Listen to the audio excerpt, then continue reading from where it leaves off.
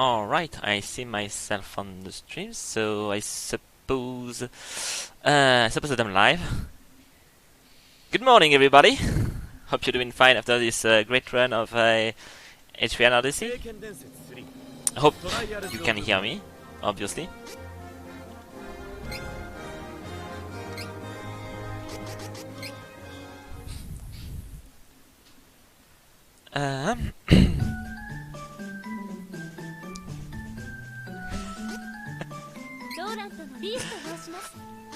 Okay, so picking up the team for the run, and the run is gonna start when I'm gonna confirm. Here my lineup. So, all right, 3, 2, 1, and go. So, Trials of Mana is a video game. Thank you for coming from my TED Talk. No, more seriously, this is an action RPG that is a remake of a old SNES game that never came out of Japan until recently. And today I will run this game on the Glitchless beginner category, which means we won't choose anything that breaks the game, but also the beginner, while also being the easiest difficulty, means if I die during a fight, I can just decide to revive, so it's more marathon friendly. Oh no, I did not want to talk to this NPC. So right now we are going with the prologue of our character, because this is a game where you can choose your team with between 6 different characters, and we choose this 3 because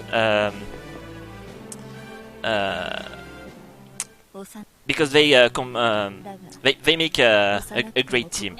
Basically, they all fill a role that is that nobody else can do, and they deal the most damage.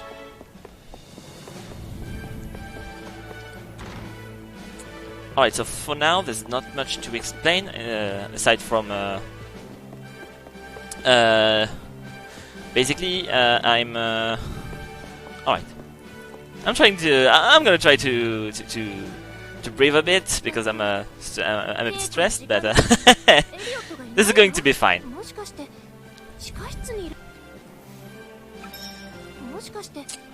So right now, Reese needs to find his little brother Elliot, and unfortunately, once we're never gonna find him until the end of the game, because that's pretty much the story of this character. And instead, the castle of Laurent, which is the kingdom of our character, she's a princess, is being invaded by ninjas. And ninjas are cool, but we do not want to fight them, so we're gonna take a path that will allow us to dodge every fight, except here I did not run left enough, so I took the fight anyway.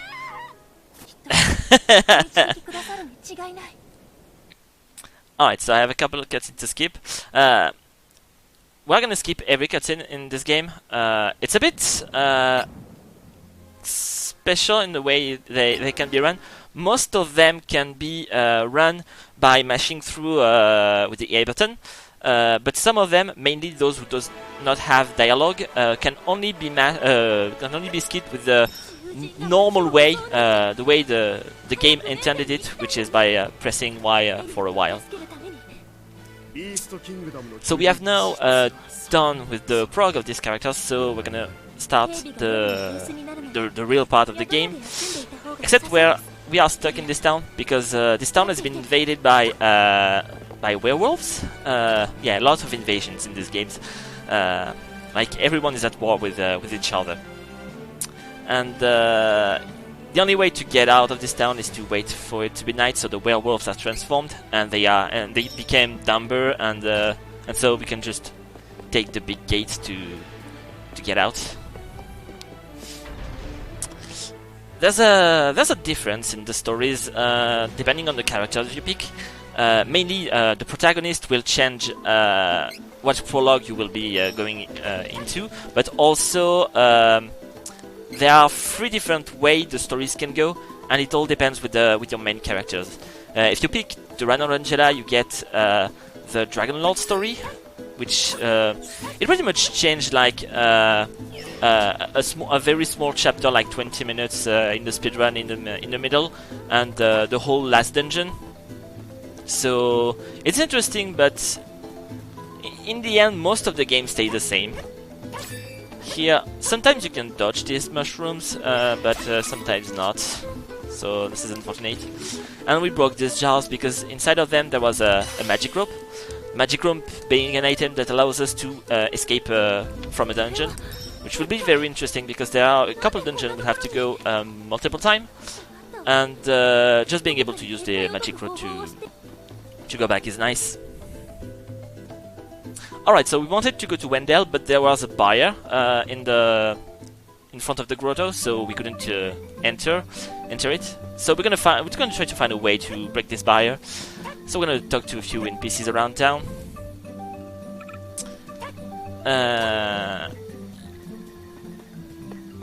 So yeah, they are here telling us, hey, there was a weird light over the lake during last night. I wonder if it's gonna happen again tonight.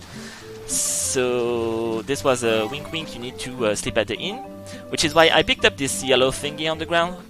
These are buried items or loot. Here it's 10 gold, because of course sleeping at the inn costs money, and you start with 0, and if you don't pick up that thing, you enter in the inn and you're like, wait, why can't I sleep in the inn? Oh, I forgot to drop! Oh! And this is a silly way to start a run. So now there was a light that you did not get to see because the cutscene got skipped too fast. So get used to seeing a lot of black screen, because when the cutscene gets skipped too fast, when you're good at skipping cutscene, they don't even show up at all. Here's the light. It's cute. It's all the colors. And here's the fight we cannot avoid, so we need to run away from the fight, which is, as you can see, just when you're in the fight, there's some kind of circle that defines an arena, and you have just to run against it to flee from a fight. We're gonna do a few fights in this game, outside from bosses, because we want to reach specific levels before some bosses, in order to gain some times later. Alright, so now we have saved the fairy, and by saved I mean we are allowing her to live in our head rent-free, so she should be grateful. And thanks to her we're gonna be able to open the waterfall cavern. But first we need to see what is happening in Astoria, because there was a big noise. And well, the village of Astoria has been destroyed by werewolves, and they are now in their way to the city of Wendell. And there's only one path to it, which is the cavern that has been sealed off. And we're gonna open that in order to warn them that they are coming. Sounds like a great plan. Oh, but wait, who's in front of the cavern? It's Kevin, our first ally that we picked up in our lineup. He's a werewolf. He's half. His father is a werewolf. His mother is a human. So he's like half, but also half, because technically the werewolves are half human, half wolf. So kind of weird, but that means that when the night comes, he can transform into a werewolf, which gives him additional bonus damage. And yeah, if you are piecing things together, he is going to be our main DPS in this run. Alright, so we're gonna dodge this fight and pick up a few drops, mainly gold, because we're gonna buy an upgrade in the city of Wendell for the next boss. And unfortunately, in this kind of dungeon, because the corridors are so narrow, you cannot really dodge the fight, so you have to enter them and flee. But this fight we could somehow sometimes flee. We're gonna do it because we want to get some EXP and gold. And by using, we're doing this fight by using a class strike. As you can see in the lower part of the screen, I have a few there's a percent that is what we call the class strikes, and when you have at least 100%, you can use the class strike, and it costs 100%. And it's some kind of super attack that deals a lot of damage, often in AoE. Some others just deal damage to one enemy, but they also lock them in place, so that makes them very useful against bosses. You'll see that later. But for now, we only have one class strike per character, and they are cool. They deal damage, but not as much as what I'm going to attempt on some bosses. Alright, so we're in Wendell. We're gonna pick up again a few gold around here and there. And here I'm going to enter this shop by the stairs, because the range allows me, and buy a claw for Cavern. Alright, so now that we're done, we're gonna go to the Temple of Light of Wendell, because we're gonna warn them of the invasion of the werewolves. Except it's night, so they're not gonna allow us in. But when we're gonna start to say to them that the werewolves are coming, they'll be like, "Oh no, that's horrible! Please come in and warn the priest right now." So now we can enter, and we're gonna talk to this old man, and this is gonna be very quick because hope you managed to see that one frame where it was not a black screen. And here the priest gave us an ability. Something that I did in this remake is that characters unlock abilities which are, well, they are passives abilities, and some of them can be shared around the team. So if you give when you gain your level, you gain training points that you can invest in some stats, and that's how you unlock passives for character outside of what the game gives you at some points. And some of them are called shared, and when you unlock them, you can equip them on any character, not just the one who unlocked it. But the ability any ability can only be equipped once. So it'd be really important to know what to unlock, when, and who is going to take this ability. Alright, so now because we have the fairy with us, we've been told that we need to get the mana sword to save Laurent, and for that we need to gather the elemental spirits, and the first one is in this grotto. So we're going back here, and we're going to make just a small detour here because there's an item here, which is a Dream Reader. This is a very important item because it allows us to change the night into day and day into night, which since Cavern is our main DPS and gets more damage at night, we're going to do most of this run during night time, so Cavern can optimize its damage. And here's a little shortcut. By exploiting the way the physics works, when you attack, in the air, you gain extra height that you can use to skip some part of the game by going through ledges the wrong way. And here's the first boss. Here's Krabby, and he's an easy boss. And we're going to try to make sure we hit the eye and his legs. So we're going to try to stay in front of him. Unfortunately, he has a big attack that deals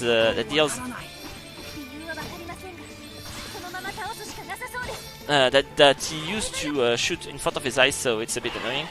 Fortunately, the fight went well. I did not get damage, which is very important during this run, at least until the end of the chapter 2. Because not getting damage during a fight gives you 10% bonus EXP at the end of it. So since we're going to aim for specific level, we're gonna aim to get these bonuses. And on our way back, we've been ambushed by werewolves. So we got captured by them, and we're back to Jad, the first city we were in after the end of the prologue. And now we have our third character, which is Duran. Duran that is not gonna be very useful early on, but once we get the second classes, he's gonna be an MVP. And here we're gonna do every fight in this area in order to reach level 6 with Cavern, and even more, because they're on the way. They're not really hard to. Some are not really hard to dodge, but they give a fair amount of XP for the time it takes to do them. So we're doing them.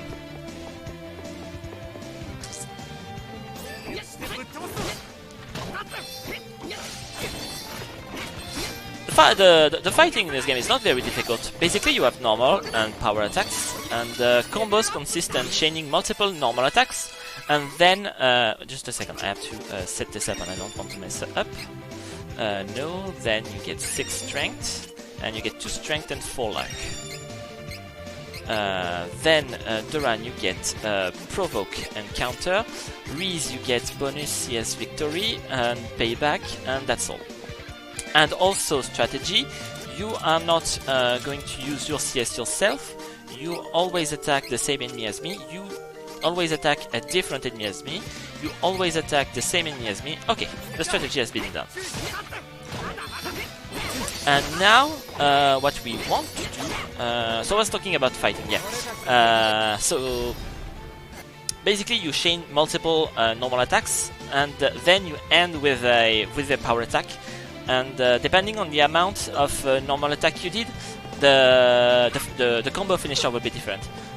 Since we're only in class 1 for now, our maximum combo is 2 normal attacks and 1 power attack.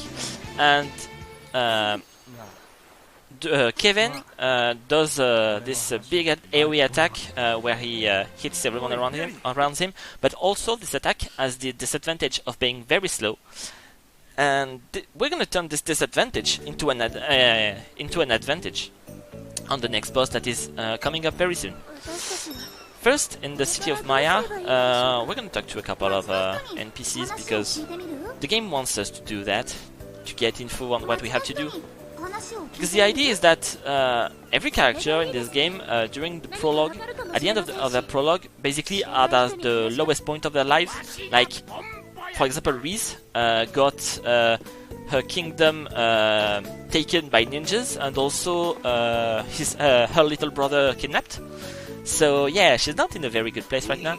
And now they all trying to get back up on their feet and change and go back to the good old days.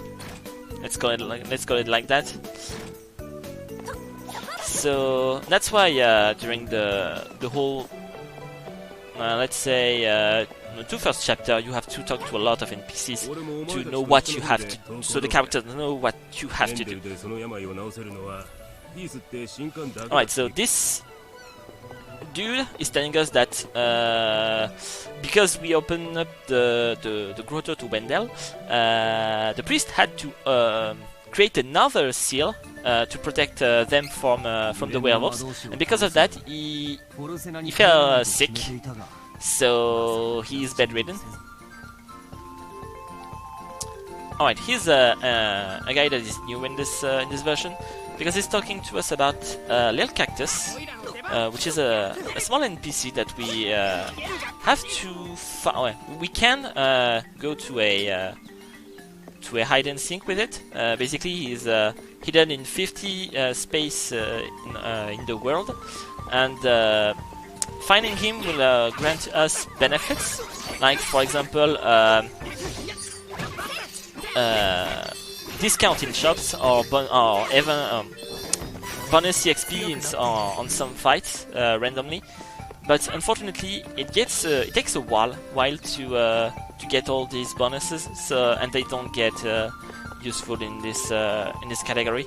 Like you see, this is I found Lil Cactus, and each time you find him, you have this cutscene of the stamp, and it's slow. And when it's even worse that the interesting bonuses are at like 20 stamps, something like that. So the time adds up, and we can just do our route without it.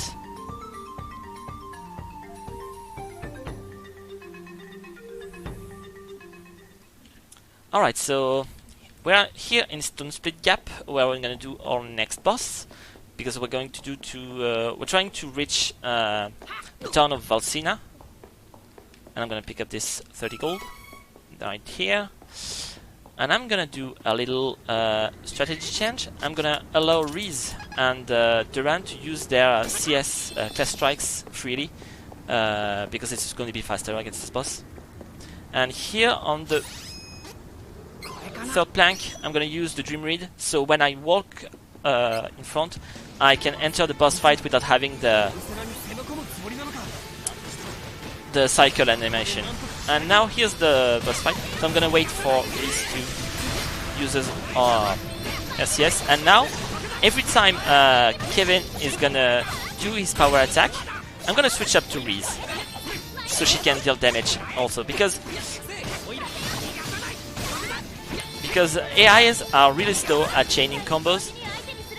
I'm gonna be careful because so these drills here have an enormous hitboxes. They can easily hit behind the boss, and I got hit somewhere. I believe it was the previous fight, so this should be fine. All right.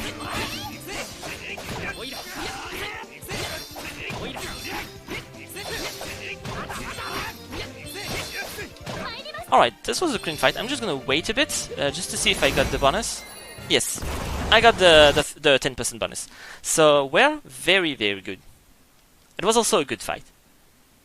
So, good. We're back in Maya, and we're gonna disable the class strikes again, because we don't want our ally to waste their CS on the normal encounters, unless we specifically want them to use them, in which case we're gonna use them manually. Because combos are not the only things we can swap. We can also swap CS, which should not normally be possible, because when the CS starts, you get locked into this character.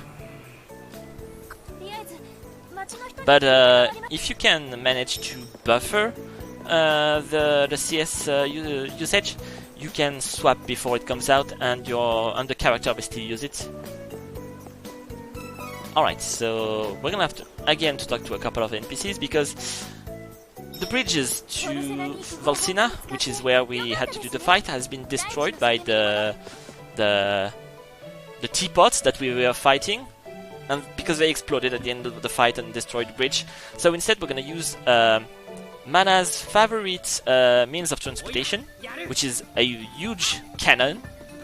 But unfortunately, the dude Von Boyage, who's the owner of the big cannon, does not have nitromite to make the cannon work. So we're gonna have to find some for him, which is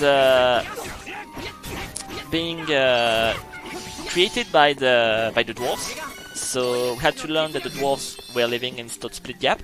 So now we have to do this path again to go back to Stone Split Gap.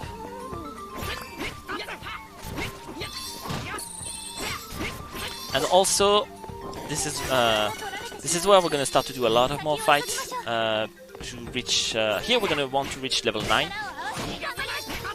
for the next boss, because it's cool. Outside from the stat boost, we do believe that the formulas for damage do include the level. I dropped a magic rope, which is very nice. Yeah, it's the road you traverse like 20 times, and every time we're gonna do this these 4 fights,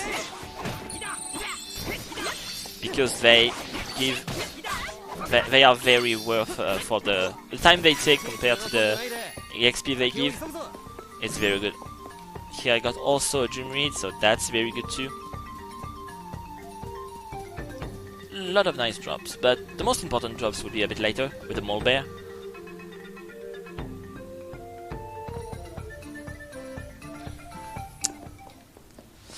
Alright, so now that we're in Stone Split Gap, we're gonna have to get close to this statue to trigger a cutscene, so the light elemental can open the path for us, because it was not very blocked. It was more like an optical illusion, because it was some kind of weird rock, so it just explained us how it works, and suddenly the rocks are not here anymore. And now that we're here, we have to find Watts, because Watts is the one that has the Natromite. But we don't know where he is, so again, we're gonna have to talk to someone. But before that, we're gonna buy a couple weapon upgrades for our characters. So here, a cloud for Cavern, and a spear for Reese. And now this dude is gonna tell us where Watts is, which is this way, into the dwarf tunnel. Here's a cutscene where the wall explodes and you get thrown away, and the dwarf is like, "Oh God, you humans are really weak," something like that. Alright, so we're gonna do a couple more fights here, and once again, because there's bad nose, I'm gonna deal with them with Reese, because her CS can hit them easily. Otherwise, I have to deal with the fact that all characters, when I try to use the CS, just goes in front under the enemy and misses them. Here we have a little time save, because Watts is offering us the Nitromite for a lot of money that we don't have. So instead of saying just no, we don't want to buy it, we're just gonna say yes, because otherwise, if you say no, it's like you're trying to negotiate, and you lose more time. And if you say yes, he's like, "Oh, but you don't have the money. Oh well, I guess I'm keeping it," and he's gonna go further into the tunnel, because he's looking for the earth elemental, because he's missing. He disappeared. And the dwarves are a bit worried about that. So now, can you open this? Thank you. Sometimes the decor can be a bit fun to deal with. And just after this fight that we're gonna dodge by just hugging the wall. Oh no, a plank, the final boss of the game. When we enter this area, we're gonna again allow our lights to use CS freely. And here's Geoliter, which is an annoying boss to get a no damage bonus on him, because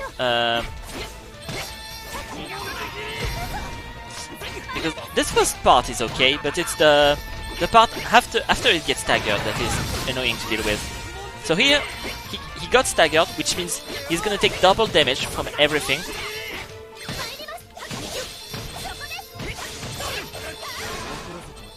And now that it's been done, that it's not staggered anymore, it's gonna go to the middle of the area and use a few attacks, different attacks. Most notably this one, which makes rocks fall from the ceiling, and they fall randomly, which means you get sometimes hit because the game decided to hit you, just like that. So you don't get the no damage bonus, which it's a bit of a time loss, but it's not the worst that can happen. Pretty much because this was expected, so we basically rotted it, this possibility. And now that this fight is done, we do have Gnome with us, and we need to go back to Bon Voyage.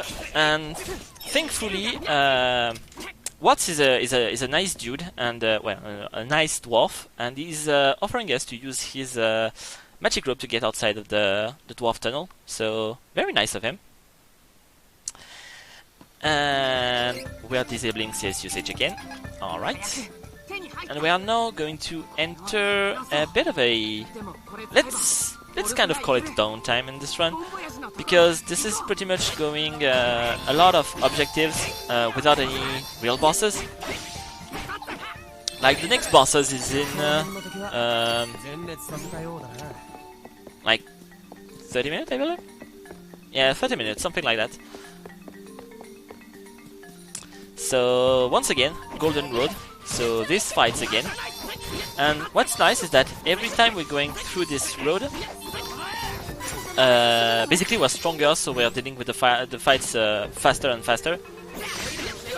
And here I'm using the CS just so I get the Batmo on the way. Otherwise the flying enemies can be a little bit trolly. They can tend to fly a lot around the arena, and so you lose a little bit of time every time. Thanks for the rabbit for coming my way. Oh, and I had just enough, the Chopping Hood was just close enough for me to be able to hit him with the combo finisher. Alright, let's try to get the slide boost here.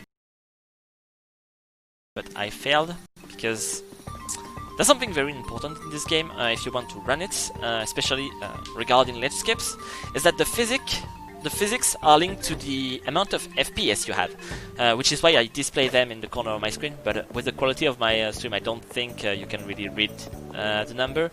But basically you can either play in 30, 60 or 120 FPS if you're on PC. PS4 is capped at 60 and Switch is capped at 30, unfortunately, and when you have 60 FPS or more, your aerial attacks start giving you additional height, and also you jump higher, which is what allows you to take shortcuts that would usually be used to go back, but in on the other way. And this is going to be used a lot in this run.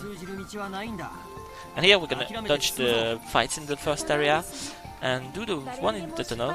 The mole bear have an interesting drop, which are called a mole bear claw, and it's an item that changes the elements of your normal attacks into earth damage, and this will be very useful for the next boss, because obviously she's weak to earth damage. Alright, so because I'm level 11, I've removed the provoke from the run. Provoke being an ability that make the enemies attack the run more often. Because for the next boss, I don't want to be level 12. I want to be almost level 12, but I want to be low life. Because Cavern currently has an ability that is called Conflagration, which increases damage by 15% if his HP are at 30% or less. So here I'm gonna use the CS because I quite back. So the CS almost dealt with the fight by itself. I'm gonna switch to Duran, use this CS here because there's gonna be a lot of damage, and knock down the enemies so I can finish them with the combo with Kevin, and switch to Reese so she deals with the Batmo. Unfortunately, that's all she dealt with. The other enemies decided to stay far away, which is unfortunate. And you have to really avoid these big attacks from the mole bear, because as you can see, it knocks you down, so you lose a bit of time every time you get hit. So I want to get hit to be alive, but not by these kind of attacks.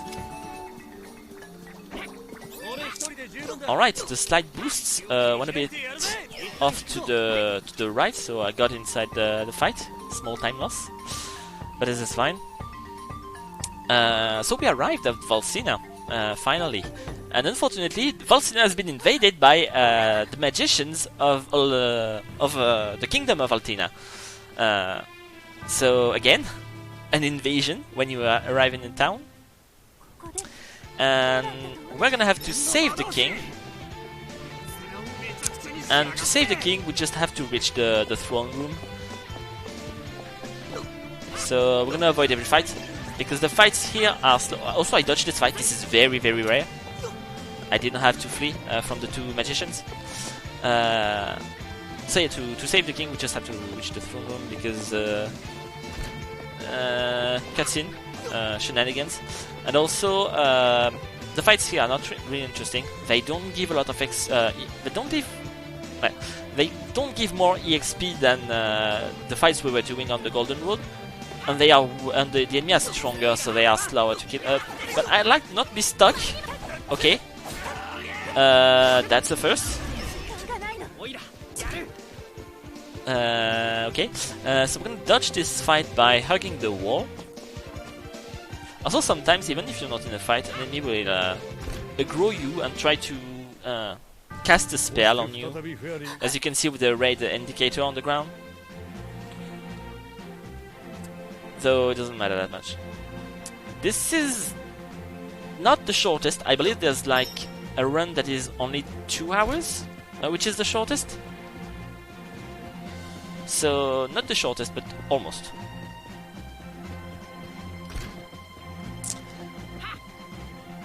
Alright, so now now that we talked to the King of Volsina, he informed us that the next spirit we're looking for is the Wind one, which is located in Gust Hall, which is just besides the Kingdom of Laurent. So we're gonna have to go back there and save Laurent, so and get the Wind Elemental. And while we're here, we're gonna save Laurent because why not? It's on the way. And also it's EXP. And also it's mandatory.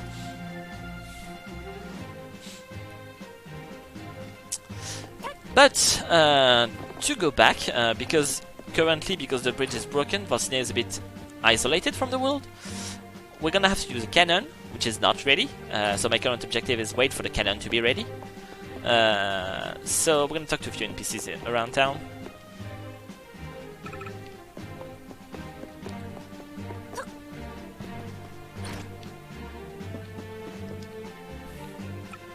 Oh yeah, right. There's the Bitmania. It is only 1 hour long.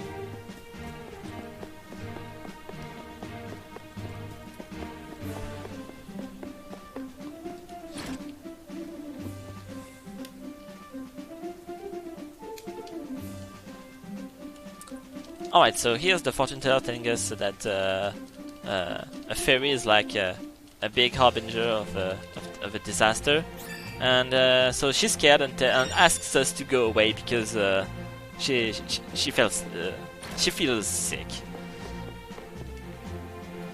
She gives us an ability that we don't care about.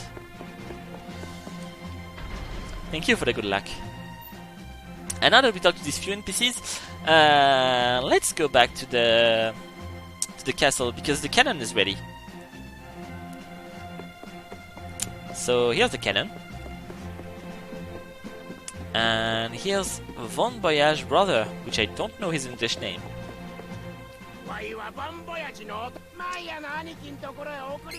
What's very nice about this cannon travel is that they are free, which we cannot say the same about the boats, which are not free. And thus we have to take into account the boats into our money route, which we did, and my current money route is very tight.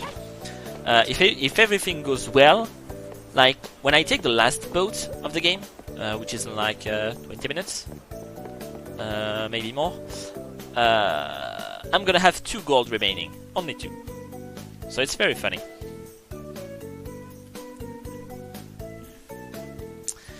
So we're not going to go to Baise, which is on the other side of the Golden Road, so going through this way again. I promise it's the last time we do it. And because we're in the Golden Road, we do these fights again.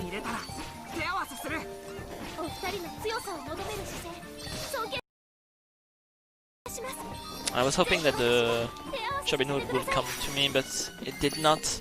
Otherwise I would have just used normal attacks, because at this point I'm strong enough to kill any enemies with only normal attacks. So using power attacks is technically slower. if you don't get multiple enemies at once.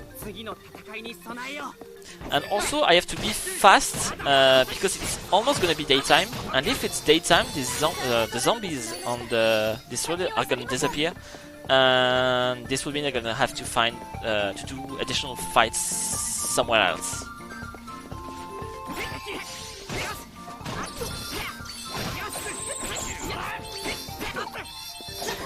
Okay. So let's move on, because this is gonna be daytime very soon, and the next fight is the last one I want that is not replaced by a daytime fight, because there are 4 zombies only. So it's daytime and you see the zombies that were here disappeared. So I have to do another fight somewhere else.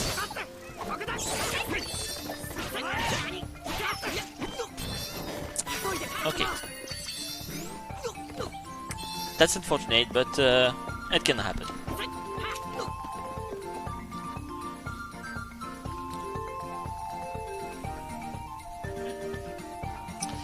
So in Baize, so we're gonna have to take the boat here to Palo, which is the city that is down the mountain where Laurent is. So, well, I'd like to talk to this NPC, please. This is very difficult. And he's telling us that the boat is not ready. Again, something that is not ready. Go speak to NPCs in town. So they can tell us nothing of value. Like, this dude's telling us, oh, I'm very interested in supernatural things. And this one is telling us about ghosts. And this lady here is telling us about the black market, which is only, well, the night market, which is only open at night. And now we can take the boat. That should be enough money, I believe. I should not have forgotten anything, so yeah. Because once we're in Palo, we're gonna buy a couple of weapon upgrades. Yep.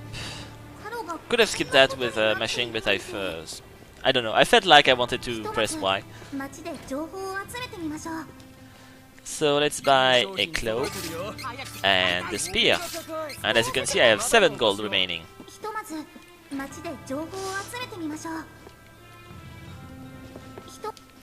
And I have to learn what's happening around here. So, speaking to a few NPCs. And here,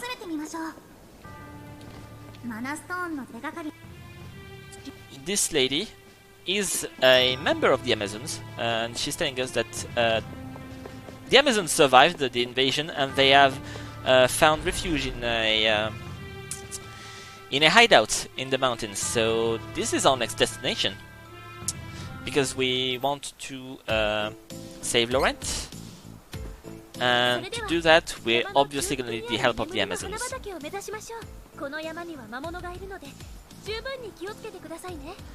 So now we're gonna climb and avoiding these fights because aerial enemies, as I said before, are the worst. So if I can avoid these fights, I prefer to. And they have been very nice. Most of them, this one did not. Picking up this 60 gold. And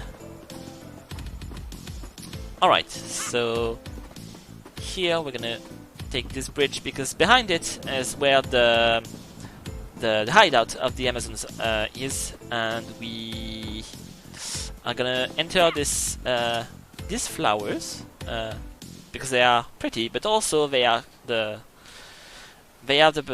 ability to make people fall asleep. So we fell asleep and get picked up by the Amazon. So now we're in the Amazon hideout, and we're gonna pick up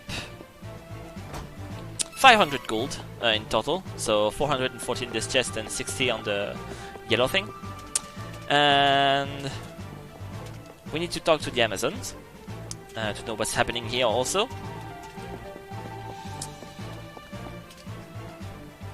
Alright, now we have this lady up there that is going to tell us that there's a strategic reunion taking place here. And yeah, sometimes, somehow, I don't get the quick skip, because this cutscene can easily be skipped so fast that you only get a black screen. But here I got like almost the full animations, which is a bit sad. It's not a big time loss, but when it happens multiple times over the course of the run, it can add up. It adds up, and well, if you start to get good times, it can really make you lose a potential PB.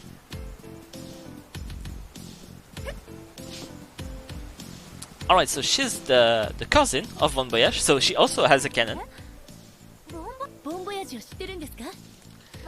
And thanks to this cannon, we can go back directly to Baize, which is what we are going to do. Because in Baize, we're gonna find a very important item, because we want to get advice strategic advice on how to get back the Kingdom of Lawrence. And to do that, we need the advice of Don Peri, which is in the Koropokul town, which are very little people, and to be able to see and talk to them, we need the hammer, precisely this one, so we can enter their village. Unfortunately, unlike the previous the original and even in like in Secret of Mana, the hammer is not usable in fight. You cannot use it to become small, I believe. Might be wrong about that, but I don't recall doing it. So, well, in any case, it's not useful and glitchy as it could have been used before to dodge things. That was the point I was trying to make. The main reason I was talking about that. So even if I'm wrong about the not being usable, at least I'm not wrong about that.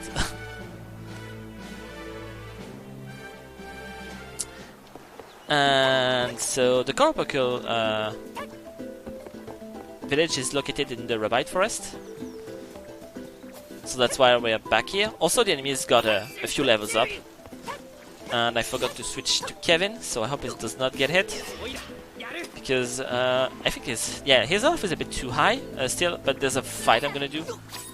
And I don't know why I got into this fight, because I was far away from the enemies. So it's unfortunate. This fight we can dodge it if we just hug the wall. But the next one here, we're gonna do it, because I didn't get the zombies. Okay, 1, 2, 3, and Reese managed to get up there, which is very unusual. Usually your allies get stuck down and don't participate at all in this fight. So I don't get it. I thought marathon luck was supposed to be a thing. Alright, so here cutscene about using the hammer to getting very small, and we can get into this very nice village.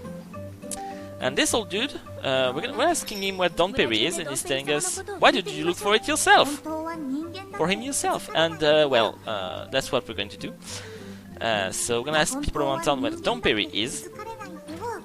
And they're telling us basically, oh, he's not here. Hey, isn't he supposed to be outside? He must be walking around at this hour. And, well, here's a fun fact. Don Peri is smart, and he knows the background of the world. And so he knows that. And also, he knows that the fairy is with us because he can feel her. So he should know that he knows that having the fairy is a very ominous thing to do, to have, because that means the world is in danger. And yet he decides to be like, oh, I don't know who Don Peri is, just look for him in town. So yeah, he knows that the world is in danger, and he decides, hey, that would be the great time for a prank. Fortunately, once we have talked to everyone, we can just talk to him, and he gives us the plan of using Sylphid, which is the wind elemental, to create wind over the flowers that makes us fall asleep, so they can apply their effects over the castle of Florence and make every ninja fall asleep, which is a very smart plan.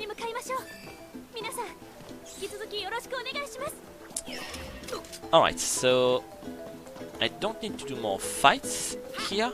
I'm gonna do 2 more fights in Gust Hall, so the dungeon for the next boss, because I can still get closer to 12, and also I still need to get hit once, or I won't get conflagration. If I ever happen to die with Kevin, this is not that much of a bad thing, because when you die in a fight, once the fight is over, any ally that has died is resurrected with 1 HP, so not only is it's not a time loss if I wanted to, that much of a time loss if I wanted to flee the fight, but also I will still be in conflagration HP range, because obviously 1 HP is less than 30%. Alright, so taking the ship, and I have 93 gold instead of 2 because of the additional fight.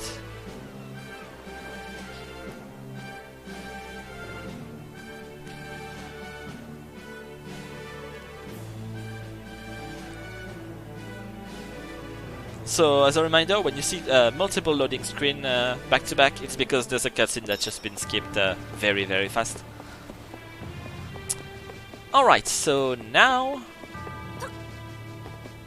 the slow and boring part of the run is done, and we are now going to our next boss fight, which is Harsipit.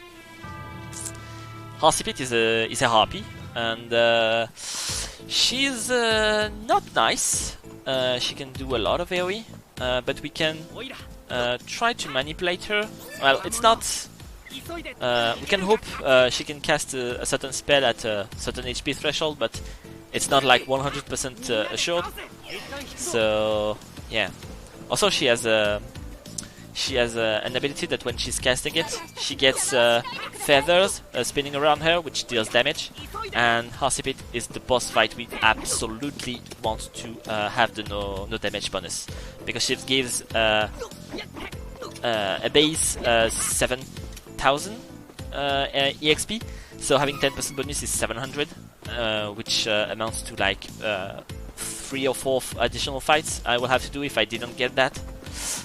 So I have to be careful, more than fast.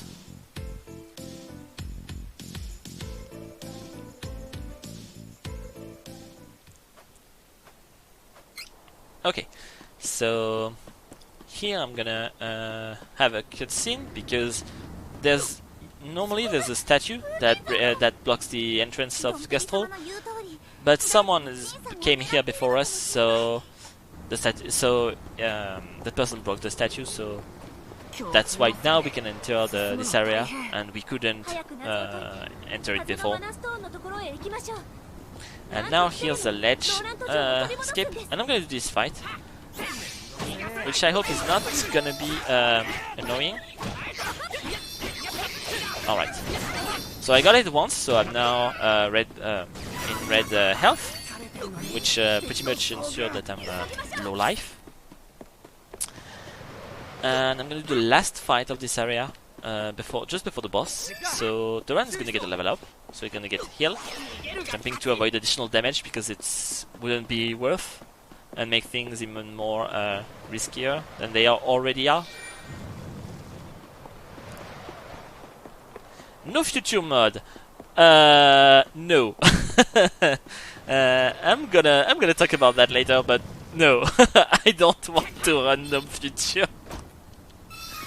Yeah, late skips were not allowed. At first there was a lot of debates, but the thing is, once run started to get submitted,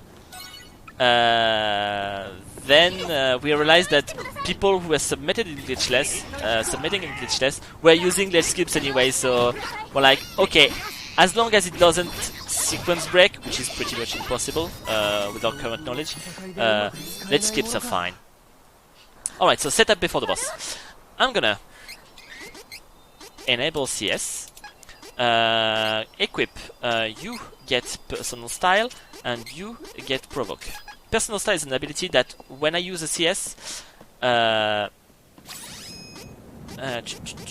not gonna heal Thon, but he's gonna use the weird biscuit, which is a cookie, and it increases our EXP by oh no, I have to move away because this was the bad ability, which is called Buffet, and Buffet is an ability that I'm gonna heal Thon because he's gonna get hit.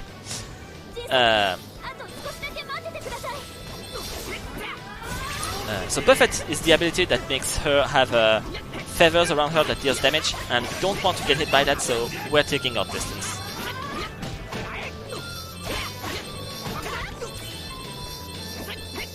Duran fell asleep, but it's not... it doesn't matter. What matters is that he died, because we want him to... oh, yeah. That's why I don't want Duran to be dead, because he has provoke, and we want him to draw the boss's attack. And here's Supersonic, the boss charged attack. This is...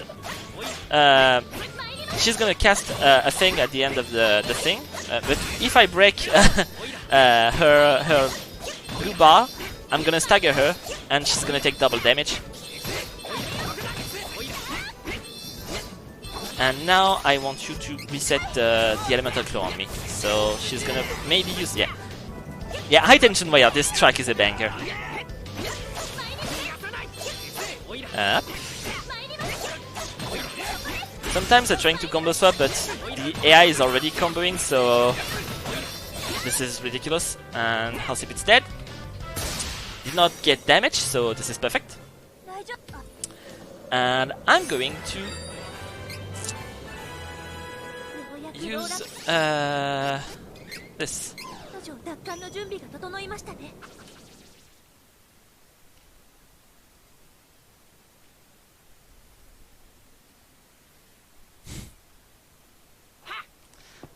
Alright, so I used the magic rope to just go back through Gestalt faster. And now we're gonna have to go fast. Well, this is a speedrun, so it's pretty much a duh. But we have two bosses to face. We want to face the two bosses in the Labyrinth Castle, and we want to do them while we have the XP bonus. So here's that. I did not disable the CS for my allies, which is I should do it right now. I'm gonna move away. Up. So now they are wasting their CS. Yeah, it was a pretty good RNG. It's just unfortunate that Duran died, so lost a bit of time because of that. And now that we have this spirit, we can use the ability, the effect of the flowers on the castle. Here's a cutscene. I have to press Y, and here's a cutscene I managed through. And they offer a few supplies, so we get 3 Cup of Wishes, which are resurrection item, and also 9 candies, which heals us for 200 HP. And considering the amount of HP we have right now, it's pretty much a full heal, because I'm not gonna heal. I'm not gonna wait to have 1 HP to heal. Now we have to reach the farthest part of the castle in order to save Lawrence, which means I have to do fights here also.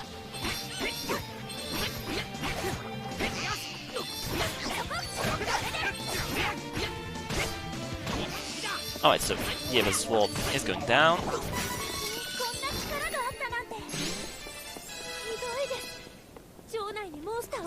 And here dodging a fight by going, making sure I don't go forward, because otherwise that triggers a fight against a single ninjas. And ninjas are deceptively tanky in this game. Alright, so here's the fight I cannot avoid because of the imps on the left that is hidden by the pillar. And here's the ledge escape. I'm gonna do this fight now, which is the last fight I'm gonna do. It's giving the same EXP than the last fight of the areas, which are 3 ninjas, but it's faster to do because of how they are placed. And also, this fight can be skipped if you go behind them this way. So now I'm gonna open this, because they are free water claw, and I'm gonna change strategy for Duran, so he's targeting the same enemy as me, and I'm also enable CS usage. Need to not forget that. And equip Duran with this sword upgrade that I just picked up in the chest. So this boss is hard, except not really, as you're going to see. So I want Duran to use the water claw on me, and Riz is gonna use the water claw on Duran. And now, as long as I'm hitting the boss with water damage, his fire is gonna be extinguished, and thanks to that, he's not gonna use any of his fire abilities, which are the most dangerous attacks he can have.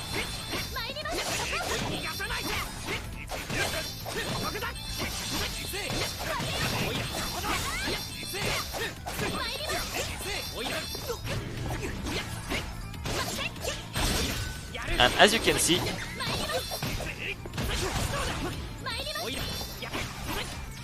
no. I was like, oh wait, the boss is not deaf down, but not yet.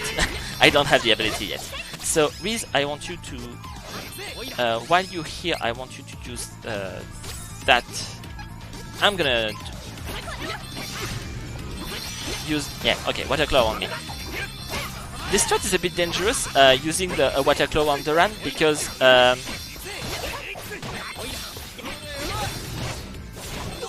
what can happen is that one of your characters can get hit during the process of using an item, and that makes you lose the item without it getting used. And if I ever happen to lose the effect of the water claw, you feel it immediately, because the bots start using this spell on you, and you're about to die. So now here's the ninjas, most annoying boss of this run, because normally you see it's level 23, and we're supposed to have changed class by now, which we did not yet.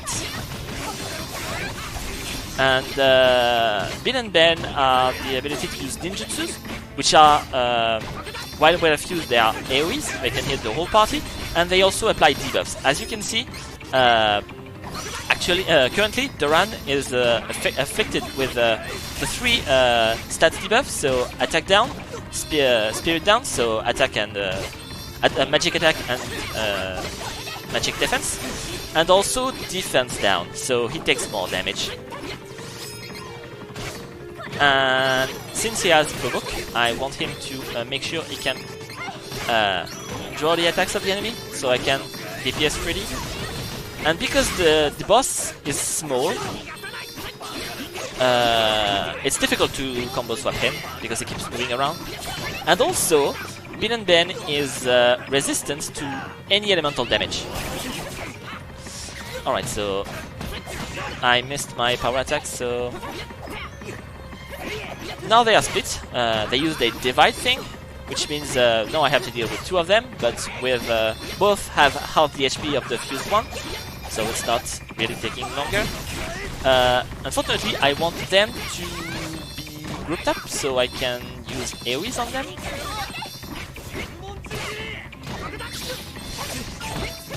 But it's not like it's gonna happen. Oh no. Ah, come on! Here's one bad thing, is that their dash attacks knocks you on the ground, so you want to... So here it's nice because they are gathered.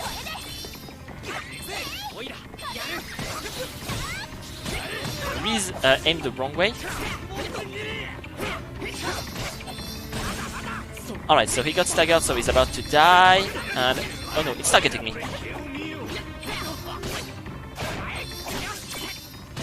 So now that one is dead, I have to make sure I kill the other one very quickly, because otherwise he's gonna resurrect Bill.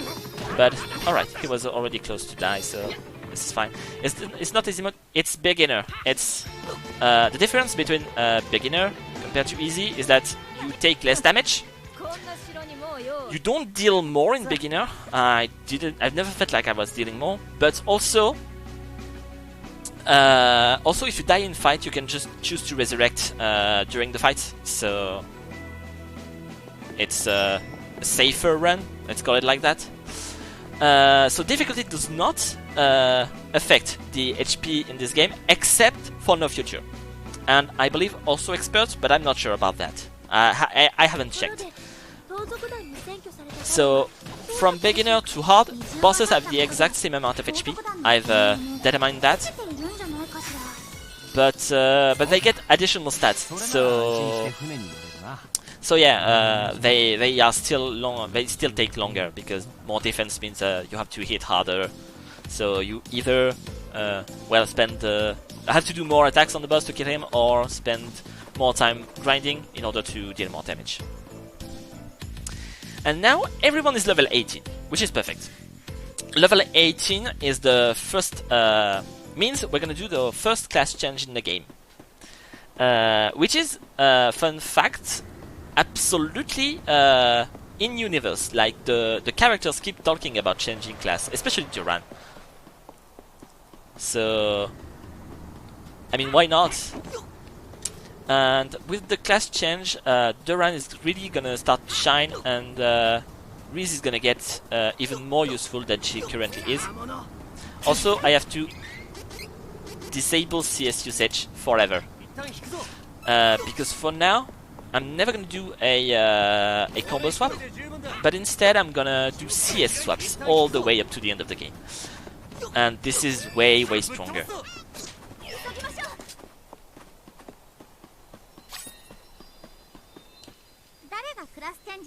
Alright, so let's start with Duran. So when you change class, as you can see, there's a tree. You can either choose a light or a dark path, and basically this is going to change what you get. For example, if you get Duran his light path, he gets healing spells, and later maybe the light saber. And on his dark path, he's going to get more damage and all the other elemental saber. So now we're gonna class change Cavern into Fatal Fist. No, not Fatal Fist. Fatal Fist is class 3. He's gonna go with the simple dark for now. Getting ahead of myself. Alright, so he's just basically the class change for Cavern is just basically dealing more damage. That's pretty much all there is to it. Because it's Cavern, so it doesn't really need to do anything else. And for Reese, all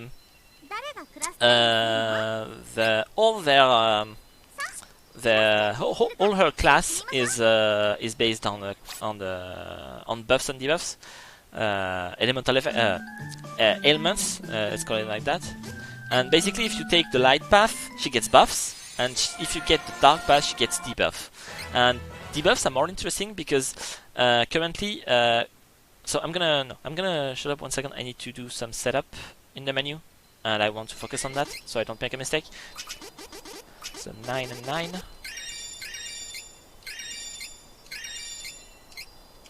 Uh, 9, 9. No. Equip. So you get super stat down, you get ambush 2, and you get payback. And let's use this. Alright, so as I was saying, yeah, the buffs don't really matter for Reese because we're using an ability, as I said earlier, called Personal Style on Cavern, which means that every time I use a CS, I'm getting an attack buff on him, so I can make do without Reese's buff. Even if they get stronger, she gets ability that makes her debuff more powerful, but she also gets abilities that makes her debuff more powerful, so yeah, all in all, it's more worth to have Reese use debuffs. And now, so I've changed class and I've equipped ability. Basically, now Kevin is gonna deal 15% more damage to enemies that are not targeting him with the ability Ambush 2. And also with the ability Payback, his CS are gonna cost 10% less, which is a flat reduction. So, like using the CS of the first class, which only cost 100, will now cost 90, and the CS of the second class, which costs 200%, will only cost now 190. And Reese got the super stat down, which improves her debuffs. For now, she only has defense down, but yeah, she don't really need much more, so yeah. Also, we did not train Duran yet. There's a very nice reason for that. Is that he's not gonna take part of the next boss fight. He's gonna be sidelined, and we'll only have 2 characters for the next fight. And also, the fight after that, he's not gonna fight. He's just gonna be staying away and tanking attacks. So he doesn't need to be trained for that. Here I'm gonna use her CS1 to gather the zombies. So Kevin can just hit them all at the same time, like that. Yep, it's very good. And now, so there's a little puzzle on this boat. So this is the ghost ship, because we took a ride on the boat and it was free, so obviously we were gonna say yes.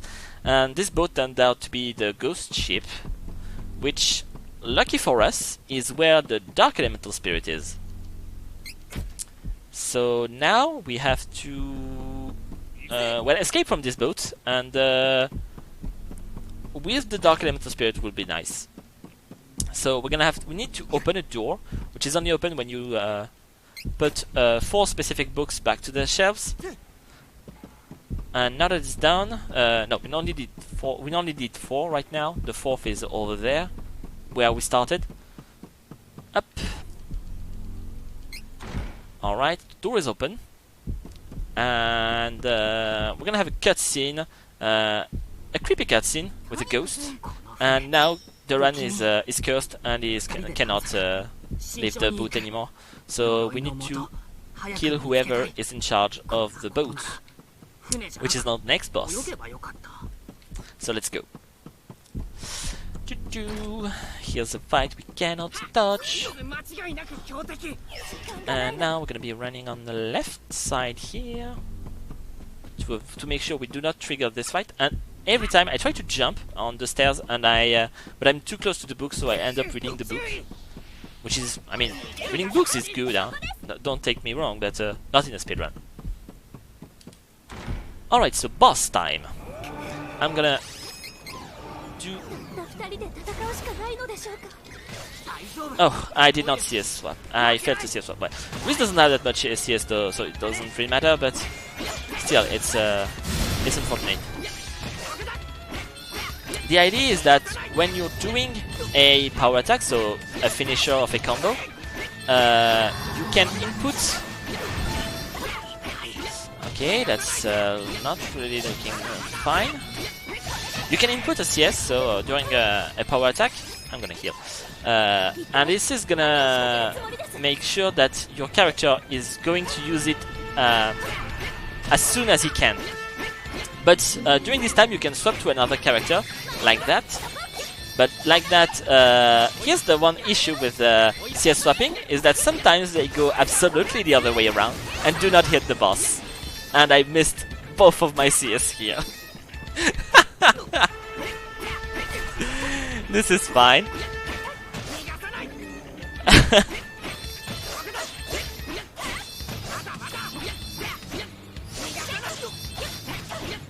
I wanted to power attack and CS and messed up my inputs, so instead I'm gonna go with a third cycle here.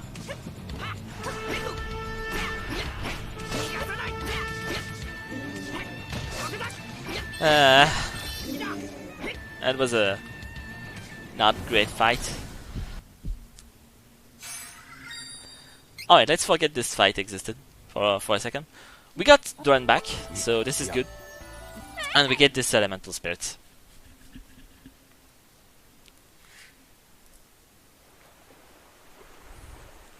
And now the ghost ship disappeared because it was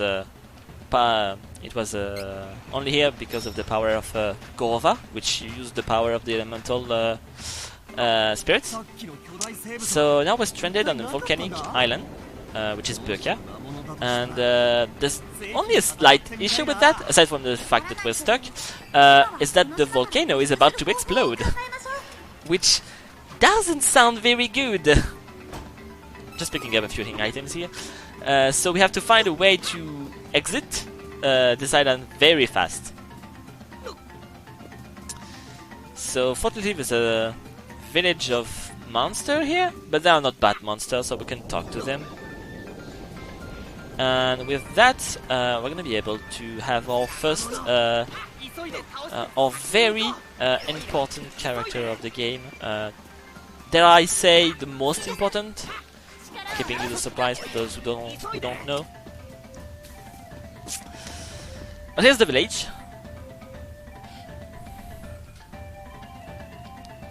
So here we're just gonna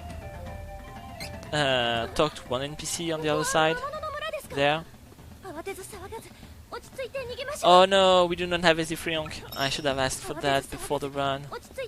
Oh, I'm so sorry, everyone.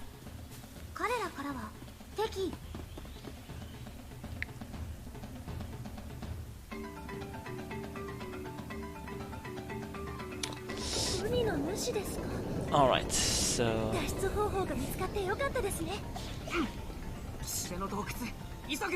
So here's a fun fact, the team we use in this speedrun is not very different from the one in the original game, because there's another glitch in the original game that allow Kevin to just machine gun the enemies, because in the original game you did not do combo. Every time you only have normal attacks, and when you do them there's a cooldown before you can do another attack, and by pressing L or R, which are pseudo swaps to your allies, you reset this cooldown, and Kevin just attack non-stop, which is very dumb. And also I believe they take breeze for the debuffs too. And the third character, on the other hand, does not matter that much, because the XP is way lower in the original, and you do not get the third class change. So having 3 characters is not very important. Anyway, it's also having your third character really do like any sort of damage is pointless because it requires a lot of setup. And Kevin just deal Kevin damage output is way more absurd than the original anyway, so anyway, here's the grotto. Here I messed up my roll and ended up in the wall, which means I got into this fight. That's unfortunate.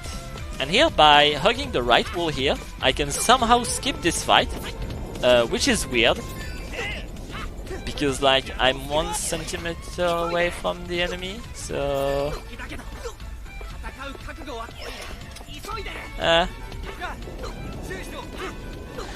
whatever. Here's the fight dodge, and here's the end of the island. Just behind this, skipping cutscenes, so black screen.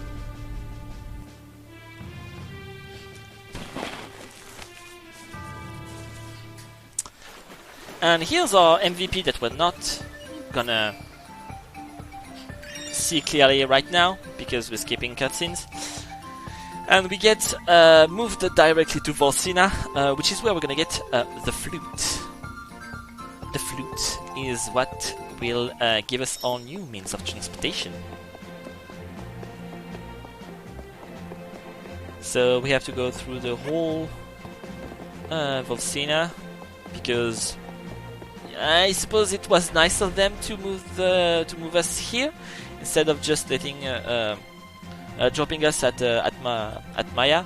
But I mean, at this point they could have just, I don't know, moved us to the king directly and give us the flute without but it's still an improvement. There's a lot of quality of life improvement regarding on how the backtracking, on how much backtracking you have to do in this game.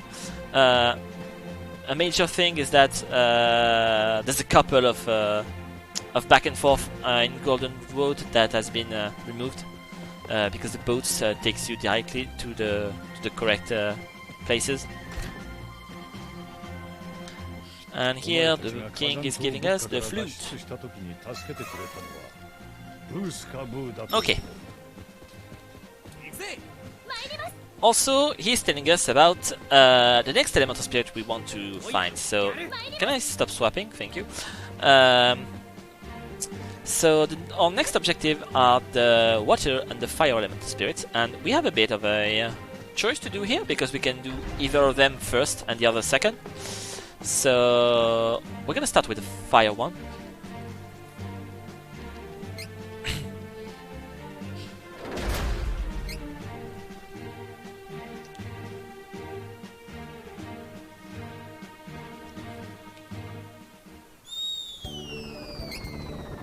Alright, so now that we're back here, we're gonna have to go to the Golden Road, not because we have to go through it, but because that's where the beach is, and we need to get on a beach to call the best character.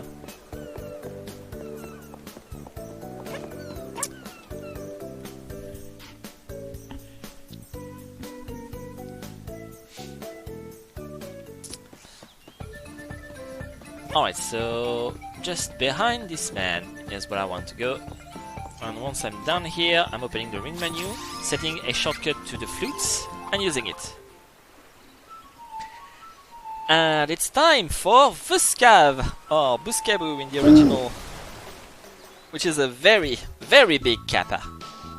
And thanks to him we can navigate over the seas. And he can honk, like that. So he's clearly the MVP of this game.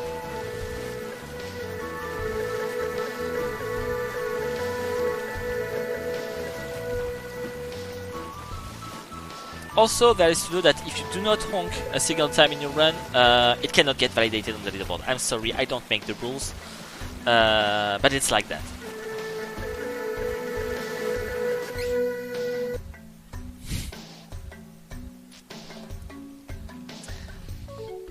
A lot of honking in the chat, thank you. Alright, so we're in Thon, and we're gonna buy a couple of supplies here to make the next parts of the game safer. Things that we do anyway in a speedrun, it's not something I'm doing it for to be marathon safe. So I'm gonna buy 10 chocolate, okay, 2 health that heals ailments, and 3 cup of wishes. Alright. And that's what I'm buying here. I haven't bought a weapon upgrade since the first time I entered the Palo. And I'm gonna fix that very soon, because in this desert there's a chest that gives a weapon upgrade to you, the character you set up to be your first ally, which here is Cavern. And this weapon here is way stronger than we can have currently in shops, so it's very nice. Alright, so here's a ledge skip. By going over here, then jumping, attacking, and rolling over the ledge, which shortens a bit of a backtrack because of the cloud.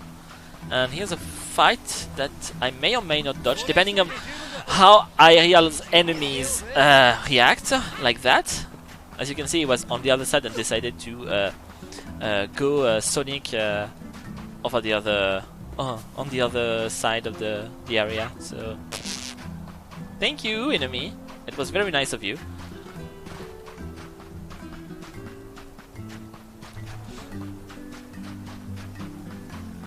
Yeah, well, it's I think there's not a lot of chests that gives equipments, and I believe there's only two, like kind of two chests that gives weapon upgrade, maybe three. There's this one, and there's the one in okay, so training time. Sorry, so no, not evolution, strategy.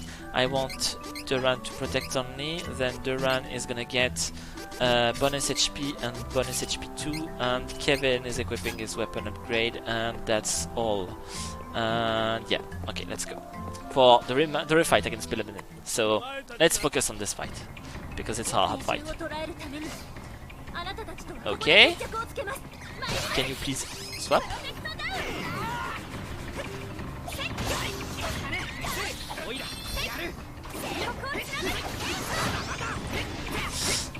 CS missed because the enemy dashed away.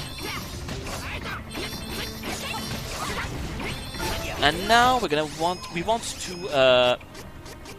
do a lot of damage to Villain, and fast enough so that we can trigger the divide without staggering him. Because enemies get staggered once you hit them a certain amount of times, and there's the divide.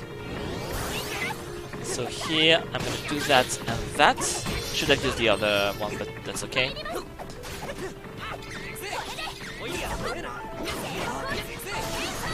Alright, so please use your CS. Thank you. I want you to use that on him.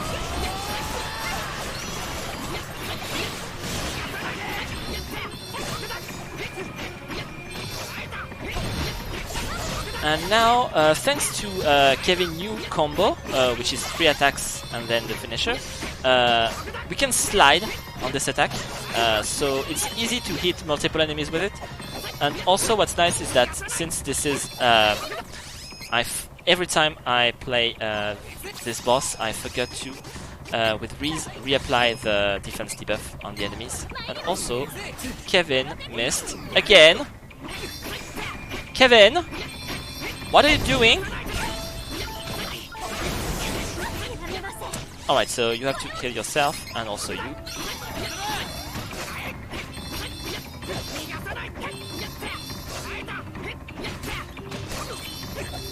So he's gonna die here.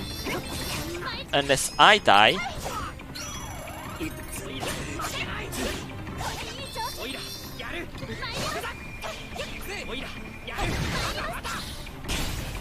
Okay, he's dead. Kevin is not helping here. That's really the curse of the CS swap, is that it's very strong, but it misses so many times. And it's not even like you're aiming away. It's that just sometimes just before your character uses his CS, he's just gonna turn around and aim the other way because whatever. Oh, because I managed to avoid the fights here, I got these cycles, otherwise I had to wait in front of the first flame pillars.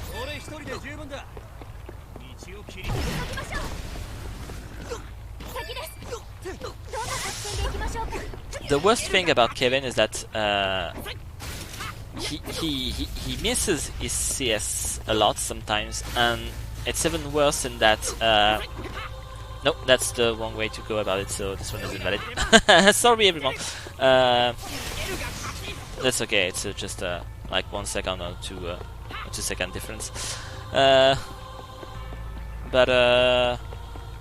yeah, so Kevin's CS is very strong, it's on target, and it locks the enemy in place, which has the ability to locking an enemy in place also like extend the stagger duration, so you get more time to deal, you extend the time when you can deal double damage to the boss. Alright, so here I can use the magic rope.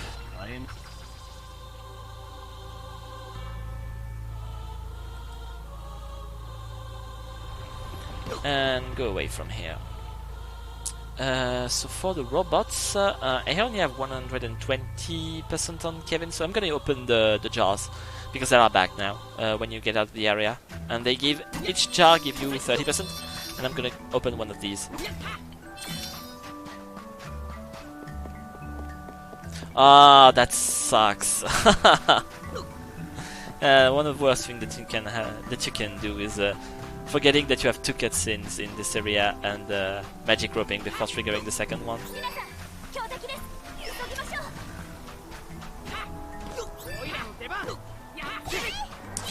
Alright, so here's an additional 200 golds, and with that I'm pretty much set with all the gold I wanted to pick up, I think. Yeah, I think. Alright, so we're going back this way, taking this spring thingy, and oh, did not slide.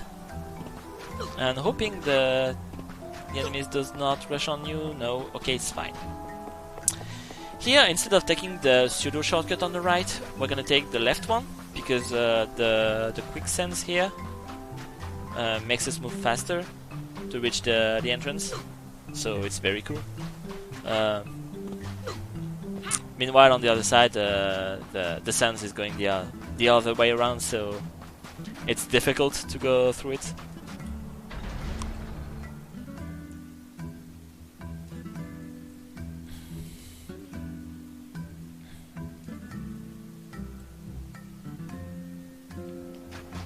Alright, so because we've set up the shortcut for the flute, I can just press the R button and spam X to call the flute, instead of having to go through the ring menu and using the flute and confirming.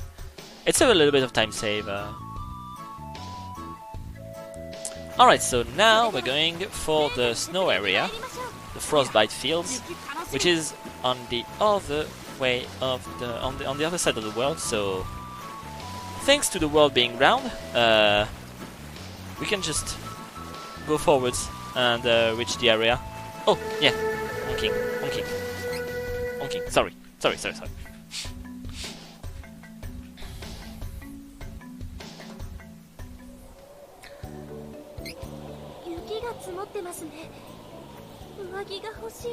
Yeah, that's because you can spam the honk, and when you do it, they just get on top of each other. It doesn't restart the sound, so you can just press the button 5 times and you have 5 honk at the same time.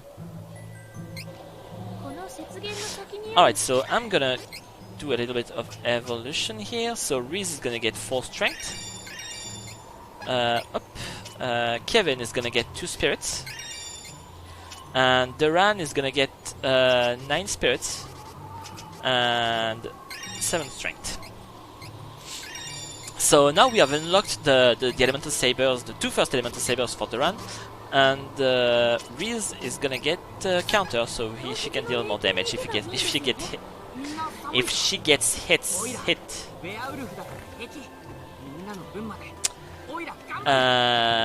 So yeah, the next boss is weak to wind, unlike the ninjas, we were resistant to everything almost.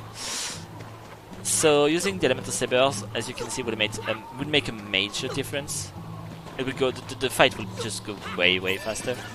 And I'm not switching Duran back to the offense yet because the next boss use a lot of magic. They use a lot of magic, and I want to.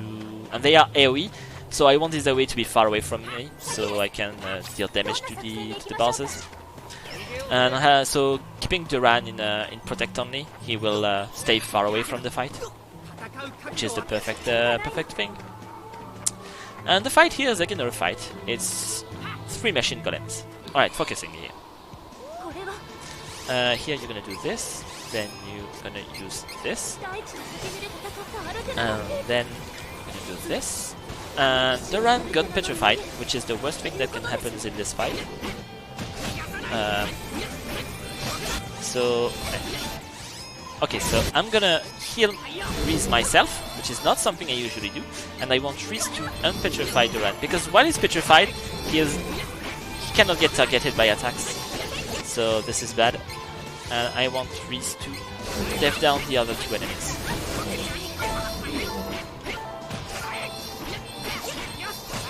And he got petrified again.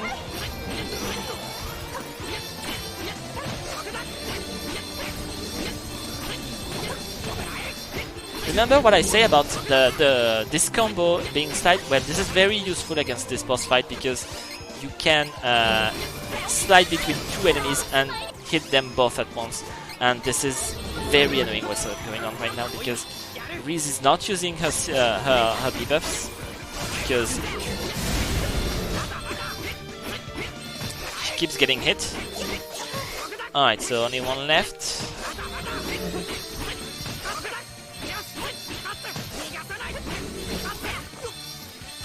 Alright, so the fight is down, but it's not done until the last... Oh, it's not down, he got staggered and didn't die. Oh, come on.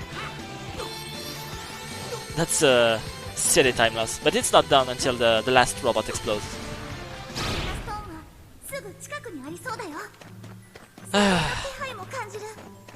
I've never had such bad fights in a run. Well, so many bad fights in a run, that's crazy.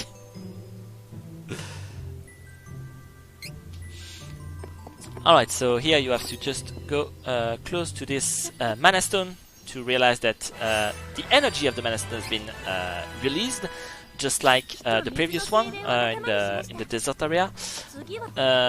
Because some people are trying to access the Mana Sanctuary, where the Mana Tree is. And obviously these people are bad people, and we want to stop them also. So we're trying to gather the elemental spirits so we can open our own portal that will not be...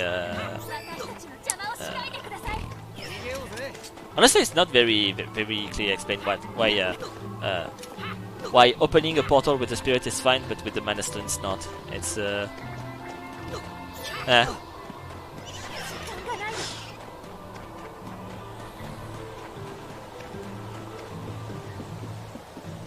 Alright, so unfortunately we have to go back on foot because this area is not considered to be like a dungeon, so we cannot use a magic rope.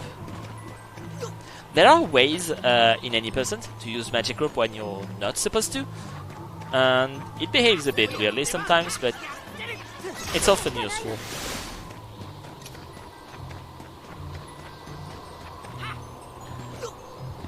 Alright, so here, just be careful I don't press A, otherwise I'm just gonna trigger a little cactus cutscene, which I don't want. And we're back into town, which means I'm gonna be switched back to Reese automatically, because when you're in town, your allies disperse around town. You can talk to them to have a bit of lore and background and things like that. So it's pretty cool. It's something they added in this remake. It's fine. Alright, so it's daytime, which does not matter. I won't even have to use Dream Read because the next area I'm going in is the werewolf area. And obviously, the werewolves lives in an area that is always where it's always nighttime. So that's pretty good. And the way it's handled in the game is that when you enter this area, the time of day gets set up to beginning of night and does not move anymore.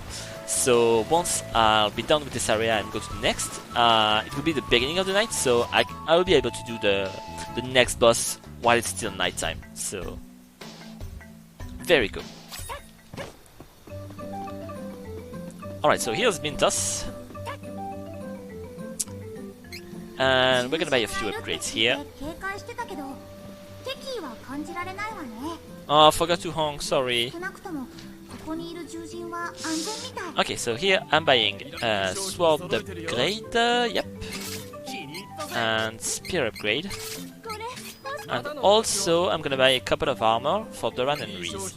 So this one and this one.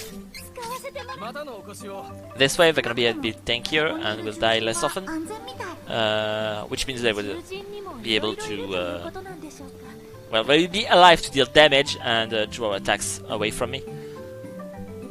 Very important. Oh, also I forgot, I need evolution. Duran is gonna get 9 strength, so he unlocked the ability Attack Saber, which is insanely important. Attack Saber is an ability that makes the elemental sabers spells of Duran cost more MP, but also they increase the damage dealt by allies under the effect of this saber by 15%, even if I'm not hitting a weakness. And also I need to set Duran back to always attack. Alright, so now we're gonna face Lugar, which was absolutely a nightmare of a boss in the original. Here is a lot easier.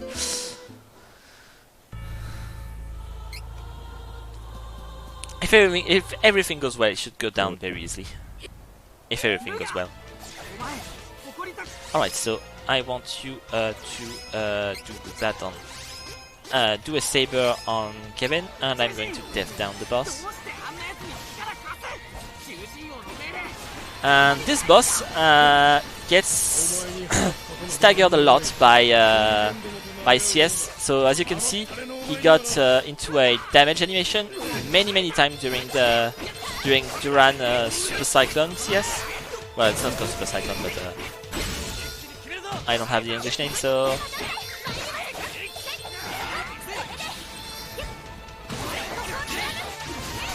I was a bit too early with that. If I waited enough, I could have switched back to Cavern, but since Cavern did not finish his CS, I was not able to... Alright, so I want to stay away from that. Because Lugar attacks can deals... oui.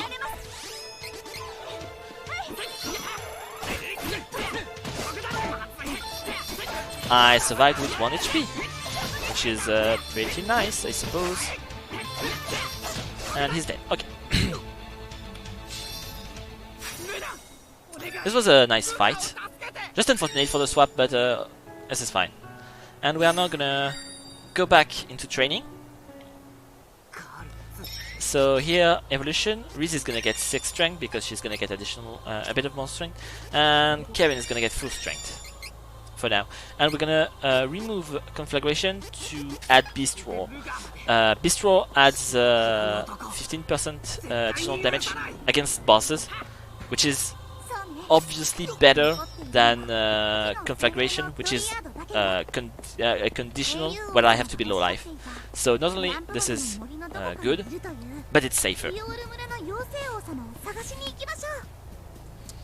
It can be worth to remove payback in order to keep conflagration, but the issue is that in beginner at this point of the game, it's not very easy to get low life setups that are fast enough. So we are not targeting that. It's easier in higher difficulties because you just need to get 1 hit and often you're low life and all, but in beginner it's more difficult. Please don't aggro me, thank you.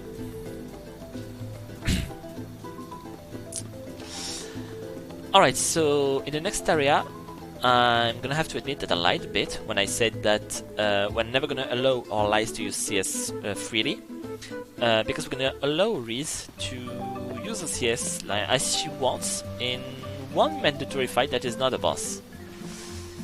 And you're gonna see why real quick.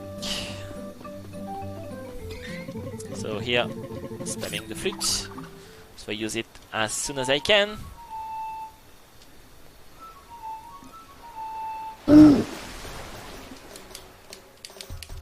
Ba-da-ba-bam, ba-da-bam, ba-ba-bam, ba-bam-bam.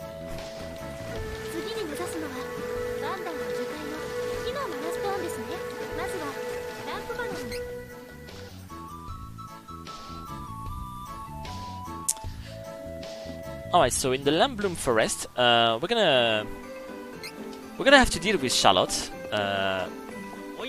And Charlotte is a very it's a character that is it's a little girl that you can have in your team, and she's an elf, so she's like younger than she looks, but also she has the mind of a child. She's like 15, so in an elf in her elf age, I guess. Alright, so Riz is gonna use a CS. And for some reason the sound effect in this fight is in this cutscene is very weird. Alright, so oh no, I got so thanks to Riz using her CS, the enemies are almost dead, and they are a bit tanky, so they can take a lot to deal with if you don't just let a CS go a big airway on them. And now that we save Charlotte, she tells us that to find the elf village, we need to follow the red Lambloom, which are only red when it's nighttime, which is very... Yeah, they are really, really loud. Very, very, very great pun. And especially this part, because you know we're in a forest, so obviously the puzzle of the forest is gonna be a lost wood thing. And to find the solution, you have to follow the red flower, which are only red at night. So that's very good that the last area we went in set the time to night.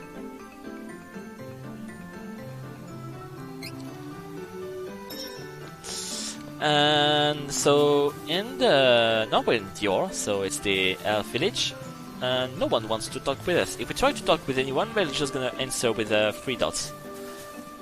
There's only one person that is that will willingly talk to us. It's the Elfin Elder, and he's gonna tell us to go away. But we are not, because we have the fairy, and we need Luna, the elemental spirit of the moon, that is in the forest. So he's giving us... no, it's not Luna, it's Dryad, the wood elemental. Luna is the one we got in the werewolf area. And we have to use Luna to reach it. So here we're gonna buy a clue upgrade. Alright. And now... So next boss is a very annoying boss that is very random and can choose to mess you up very easily. So let's hope it goes well.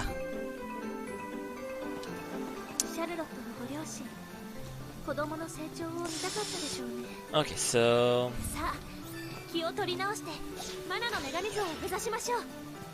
I'm gonna go this way because there's a chest, and in the chest there's a cup of wishes, and I want to make sure I'm never out of cup of wishes.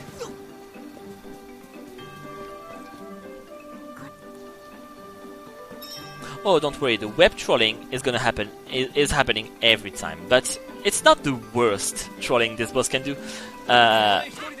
This boss has very messy hitboxes, and you can get stuck in a leg. You can have a character stuck in one of these legs very easily. And hitting the legs only deal like 10% of the normal damage, so it's very, very bad. And because of that, I'm gonna use the mana statue so I can get a full heal. Especially, mostly because Duran was not full. Alright, so I'm gonna have to ask you to do this on me, and I'm gonna do Death Down on him.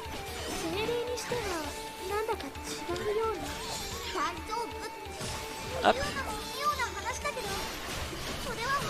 Alright. And once the boss reaches like 80% of HP, is gonna become invulnerable because it's gonna change phase. And during this time, I'm gonna finish the hat and open the jars in order to get my CS back. And once the boss is up, I'm gonna open with a CS swap immediately. And there. So you deal most damage, more damage on the head compared to the body, and you deal almost no damage if you hit the legs. So we're gonna try to, every time we end a combo, we can try to slide towards the body in order to deal damage to multiple parts. And once we're done, we're gonna slide back to the head. And I'm gonna try to, if I can get mid lives, that would be nice, but also not necessary. And this is gonna be enough, because I'm gonna death down the enemy, and I'm gonna set this one back, Saber back. And as you can see, currently my two characters are stuck in the boss leg, so that's cool.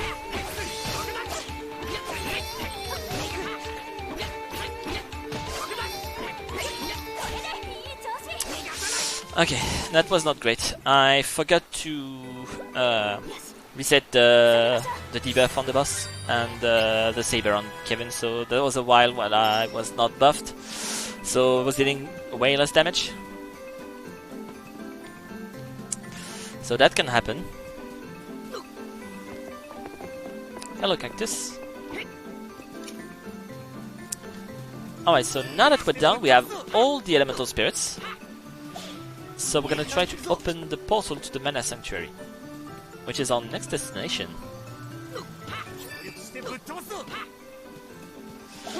Alright.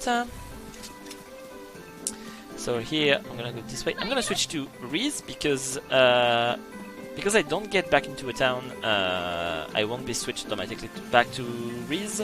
And she's the only one that has a shortcut to the flute. So I don't want to open the ring menu.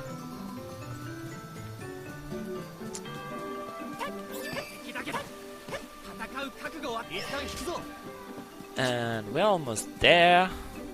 It's just down these stairs.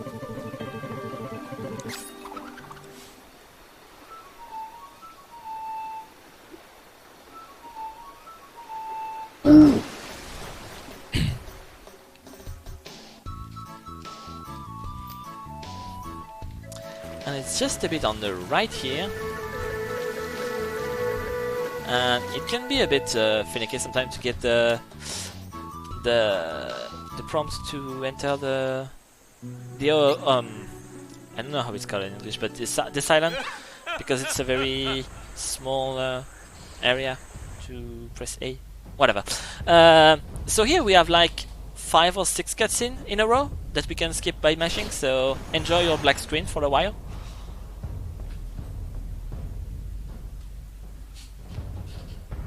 Here's another one, because basically here the story is that every bad guy is like, oh right, we're about to open the portal to the Mana Sanctuary. Let's jump into our airship and get inside the portal. And also some of them are bombarding us from their ship, so they are nice. They're thinking about us. It's very good to have friends like that. Alright, so the issue is that the portal is open, but it's way up in the sky and we cannot reach it. So we need a way to reach it. And because of that, this is the last time of the run that we're gonna see Vescav. So say farewell to Vescav.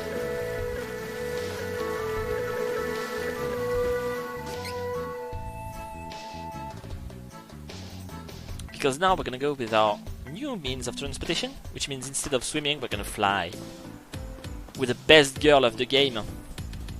I don't make the rules, but she is.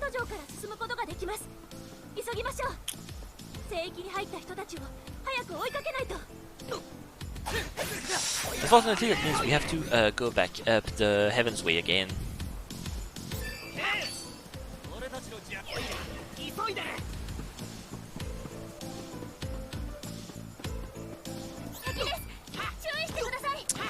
Yep, this is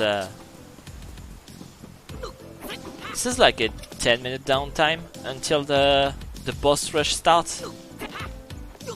And the boss rush has the ability to Some of them have the ability to cheat, but I'll come back to that later. But yeah, some of them just can decide to make you lose time just because they want to. So,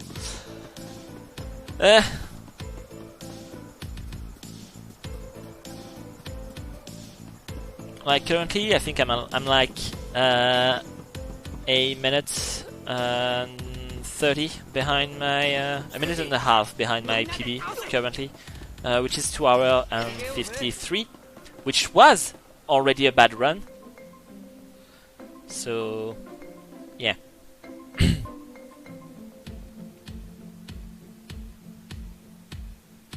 Did not think it could get that bad.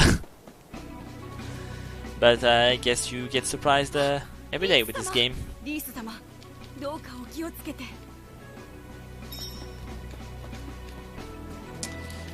Alright, so on the peak here is where we're gonna find Flammy, the wonderful dragon.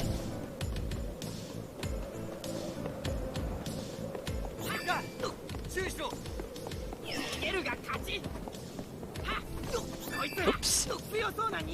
I aimed the wrong way with my roll, so it did not work properly. Oh wait. No, come on! I was about to dodge this fight. Okay. Here I cannot dodge this fight because of this imp. I'm gonna go on the left here because there's a CS jar that I'm gonna open just to have 200%. And here I'm gonna jump here because it allows me to skip a fight. And you can't dodge this one because of the knight. And here the imp seems to be in a good position, so I can skip this fight. Great. Up, running back. Cutscene, getting the ability. Alright, so unfortunately, first time we see Flammy, we're just gonna skip the cutscene real quick, so get a good look of her. Alright. By the way, just so you know, it is currently night time. But somehow it's never night time in the Mana Sanctuary. Alright, so they moved on the left, so I can skip this fight.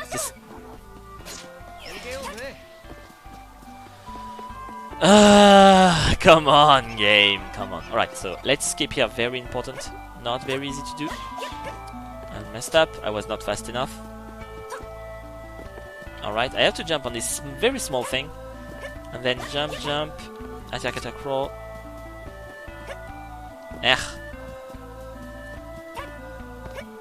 Nope, I don't have the momentum to reach the... This should be... No, okay. Wow.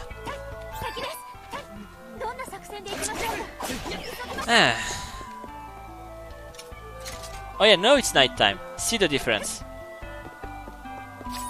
Yeah, it's very tough because you have to land the thingy on one side of the thingy and then manage to run on it long enough to get your full speed back before jumping.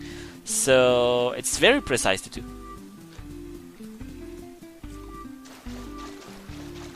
And it doesn't win that, it doesn't save that much time, but you have to go for it anyway. So here's the Mana Sword, and we got to pick it up, and you got to make sure that when you're triggering the cutscene, you're on your main character, otherwise you get another cutscene where the character you're currently controlling tries to pick up the sword and fails. And it's time loss, obviously. And when we picked up the sword, we realized that the fairy is not here anymore. She's been captured by the bad guys of the route. And I don't understand how you can kidnap someone that is living in my head. But whatever. This is also the point where the story of the characters that are not the protagonist ends. As you can see here, the characters of Duran's story, one of them died because of the restory, and here's Gorman, saying that his master died also, so yeah. And here, just turning back a bit to trigger this shortcut, so I don't have to do the sledge skip again. And here's the second shortcut here I'm opening.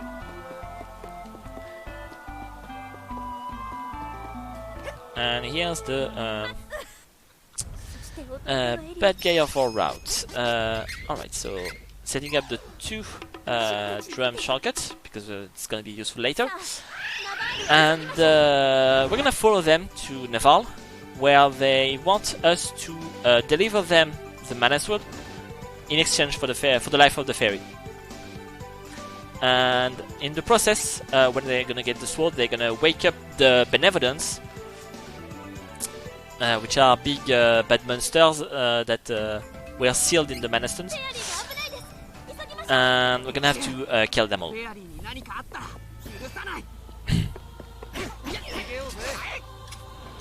Alright, so here, hugging the wall on the right, which sometimes does not allow you to skip the fight, but this way you can jump up there and do a slide boost. And here, if you jump with the right timing, there you can skip a fight. Alright. And this place is the prologue of Hawkeye, which is the counterpart of Reese for this story. And when you come back to, at this point, you always get back to a prologue area, and there's a new rooms that are available that allow you to pick up a weapon upgrade and some gold and other things. So this is very cool because Reese is gonna get an upgrade.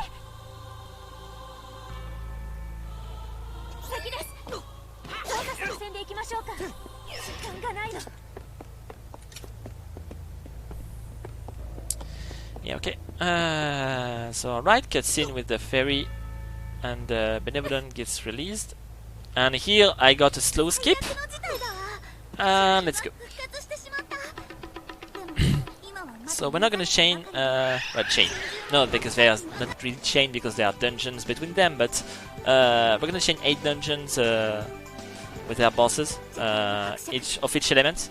And we're gonna start with the fire one because it's the closest from where we start, and also one of the most dangerous, so doing it early make it a bit easier. I'm gonna open these two so I have a bit more CS to start the fight. I'm gonna have to do also a bunch of training. So evolution, Reese gets 9 strength, so she gets additional points in strength, and Duran is gonna get more strength. Also, I forgot, you get your weapon upgrade, and you get the ring we just picked up, which is additional armor and magic defense. But also, it gives him an immunity to the petrify status, which can happen in one of the next fights, so it's very good to have. And here, I managed to get the cycle here, which is very good. And we're gonna start also picking up items for our next class up, because reaching class 3 requires class change item, and they are contained within this question mark seeds. Each dungeon, each of the 6 first dungeons of the each dungeon of the first benevolence, aside from Vanguard, because it's Gastro, there's a question mark seed, and this seed can drop the class change gem, and it's very important, and I'll come back to it later after this boss, because this is where the not fun part starts. Up.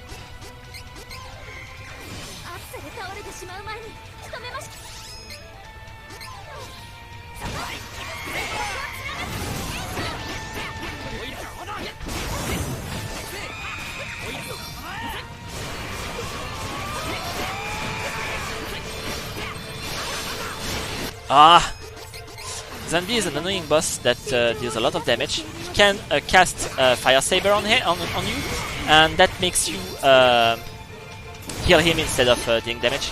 And this is a very bad setup because he went into Tornado, which is the worst thing he can do in this game. Because of that, I'm gonna have to destroy the statues in order to prevent a lot of damage he does.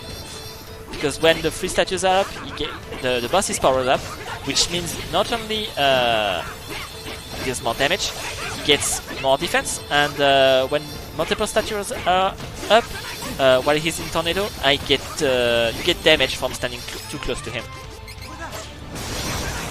And now he's gonna go into Cavern. I hope. Yes, thank you. That's the good backup. Because Cavern is the charge attack, which means once I break him, he's gonna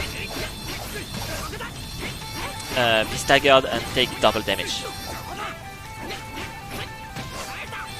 But once he's staggered, I have to remember to ask Chris to do that. Alright, so I'm gonna need you to... Oh, you didn't have enough MP left because of that.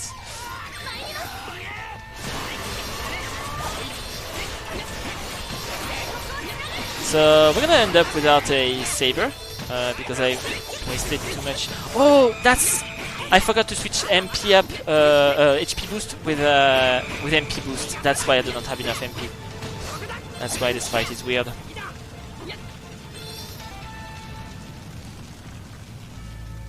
So I'm gonna do it right now.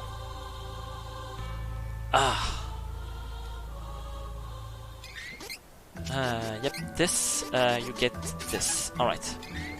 So right now he has 20 additional MP, which would have been very nice in the previous fight.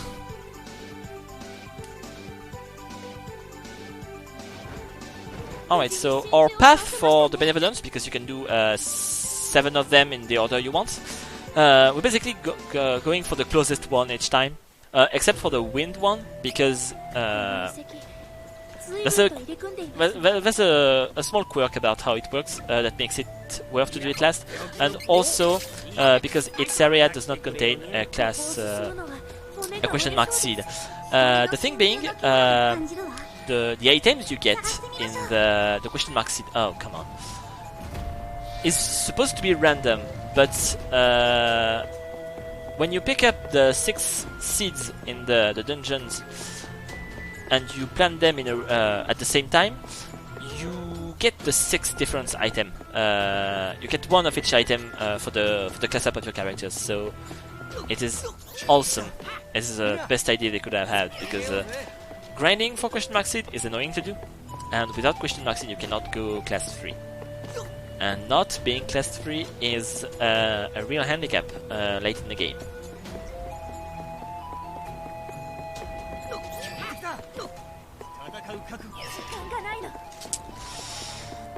Right, Zanbi was a jerk, but he's not the biggest jerk.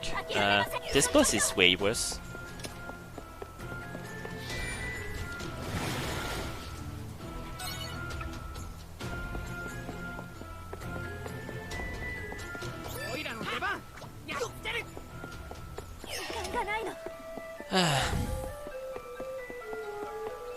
So now that we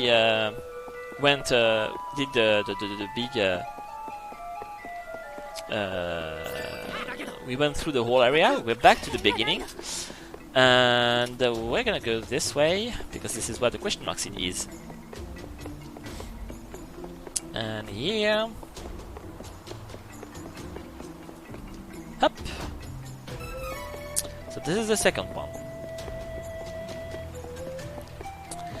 And going back here, I'm gonna use this crystal so that it lowers the level of the water level, and now I can reach the boss, because this path we opened up earlier were not accessible because of the water. And by going around here we can pick up this jar, so additional CS.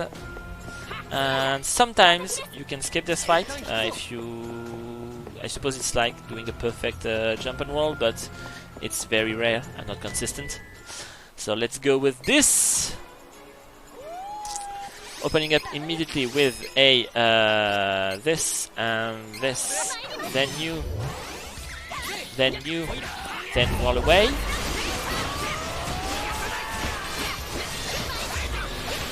And Kevin, okay. Alright, so this boss can teleport away. And he can also inflict a defense down debuff. So that's why I do not have my defense buff anymore. He's gonna target me. So I have to roll at the right time in order to avoid the jump. And when he gets at, when he loses a third of its HP, he's gonna enter this invulnerable phase and charge a super attack, which is what I want. And at one point he's just gonna jump, which is gonna interrupt temporarily the charge. And I'm gonna do this. Alright. And I'm gonna need you to redo the Saber on me. And because we're down another third of his health, do we have... no, I don't have it. Because I suppose, yeah, you didn't attack in the game. So, the Ran cannot attack anymore. Otherwise, he's gonna kill the boss.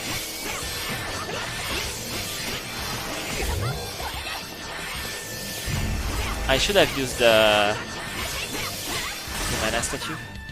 I need you to redo the defense debuff on the boss.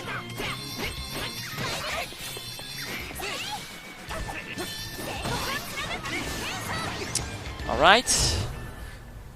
Was an okay fight. Was nice.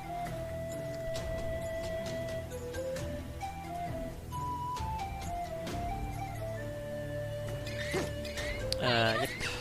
Using the drum. And now we're going to do Mistborn. Mistborn, the wood elemental boss, is a big cheater. He can just decide that your time on this earth is over and you should die. Because he has an attack that if you time switch to another character at the wrong time, becomes an auto-targeting on your on the character you control and instantly deals a game over. And it has not been fixed despite the multiple patches we had on this game. And also there are poison pools in this area, which is very nice because even if we don't have conflagration anymore, being class 2 with Cavern means we have a passive ability which is pretty much conflagration, except it's only 10% and it's when we're under 50% of health or less. So we're gonna be lower than midlife and get this additional damage bonus and hope for the best against Mistborn.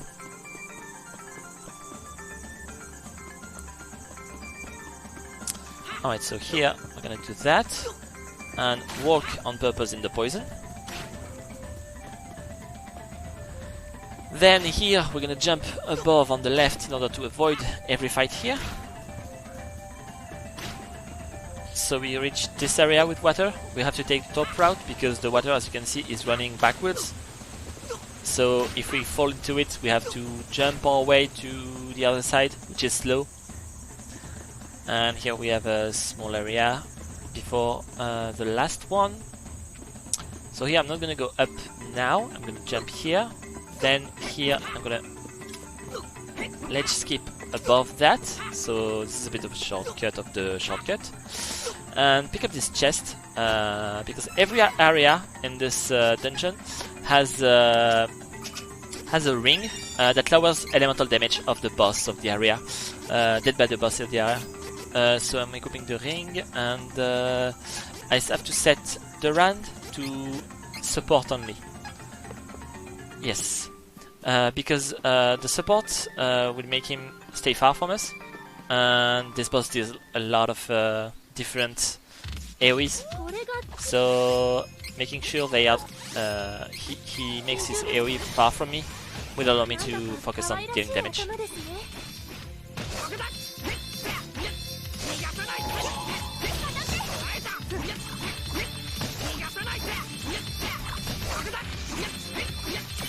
Alright, so I don't have a lot of CS, so I have to be careful here because usually I at this point I CS swap, but because I don't have enough CS on Kevin, I'm gonna refrain from doing this now. One of the good things of setting a character to support only is that he is more likely to dodge attacks, because he cannot get locked up during an attack. But also sometimes he just gets hit by a very powerful attack. Riz is gonna die. Maybe. No. But I don't want her to die, so... No, move away! So here I'm gonna make sure I don't resurrect him too soon, because... otherwise I would have probably swapped to him too early and make the bad thing. So he's staggered, and I'm gonna do this, then this, then this, and this. And because of the... yes, I made it. So some of the bosses get their damaged animation reset during... if they get hit by a CS during their stagger, while they're staggered, which allows you to extend the duration of the stagger and continue to deal more damage. This is especially true for 3 bosses in this game, which are Lugar. Well, not Lugar works differently, but it's quite the same principle. Mispalm and Dolan. Now that we're done with him, we're gonna go with Figmund. That we're gonna do in 4 cycles, because he's done too late to be able to do it with only 2 charge attack from him. Also, it's probably daytime, so I'll have to use a Dream Read, because if it's not daytime yet, it's gonna be before I reach Figmund.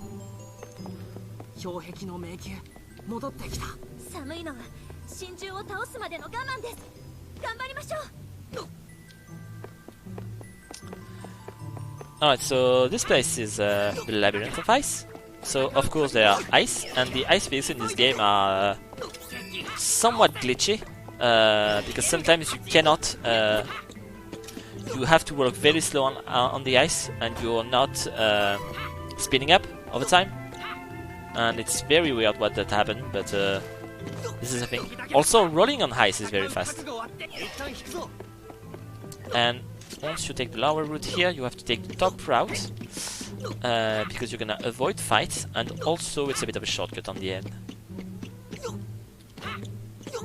Here, as you can see, the roll went really fast.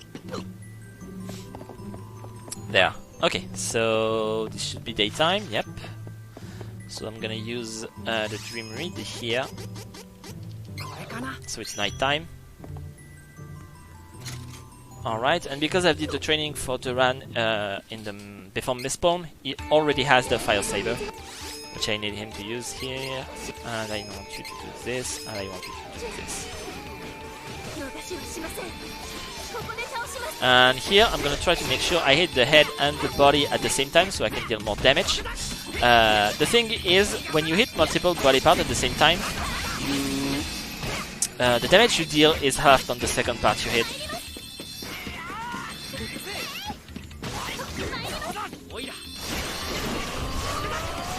Alright, this was a bit late to use that, but whatever. Doesn't matter against this boss anyway. And so this charge attack is when he's making this stalactites, these icicles things running from the ceiling, and you have to destroy them to make him fall. Alright, so I'm gonna have to do this.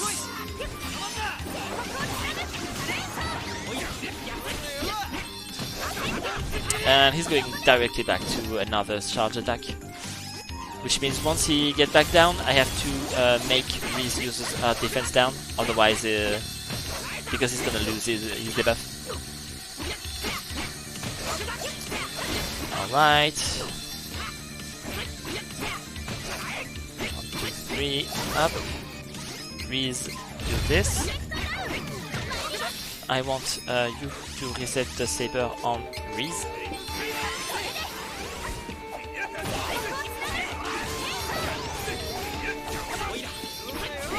And as he wakes up, he's gonna go back into another CS probably. Unless I make... Oh, alright.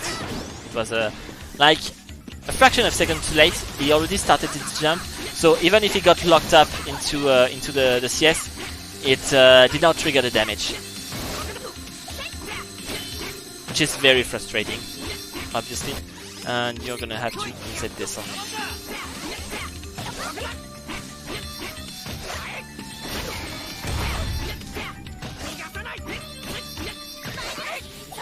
And with that, he should be dead. Yep. It's very unfortunate for that CS that went nowhere. That happens sometimes. The CS connects, but you do not deal the damage because the game decided that you were not worth.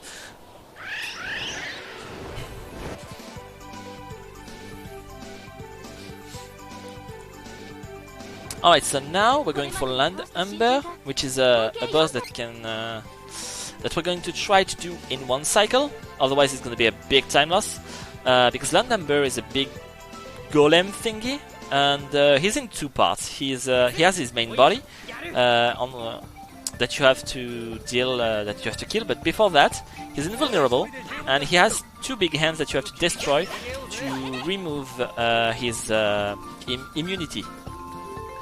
So once the hands are destroyed, it starts a timer where the boss will use the same sequence, always the same sequence of attack. And at the end of it, there's his charge attack, and once he does his charge attack, once he's done with that, he's gonna repair his hand, and that will bring back the invulnerability on the boss. So that's why we want to do it in one cycle. Also very nice because this area is very nice because there are also poison thing around here that you can use to lower your life before the boss, and we're obviously gonna use that. Here's a little slight boost on this piece of geometry that sticks out.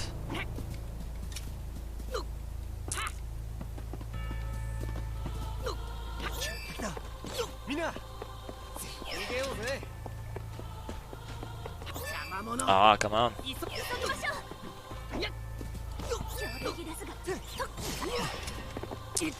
Alright, so unfortunately it's very random whether or not you can skip these fights around here, because it depends mainly on how the enemy decides to move. So here I'm walking on purpose in the poison. I'm doing a slight boost here because well, it's fast, and also it makes sure I avoid the fight with the two dragons. So here, avoiding fights is impossible, unless you're lucky, because, well, you do not really have space to navigate.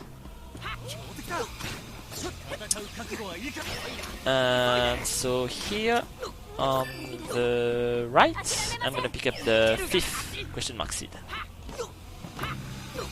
Oh, I skipped this fight, but I'm gonna have to go through it again, so I've skipped it now, so I can get it just after. Oh, my health is a bit too high here, so I have to get hit.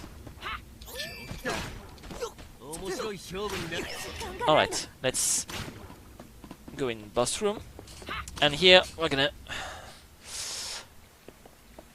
open with immediately CS defense down on the hands. Then I have to go wind on me, because I wasted CS on the Figmoon, I did not have enough to open with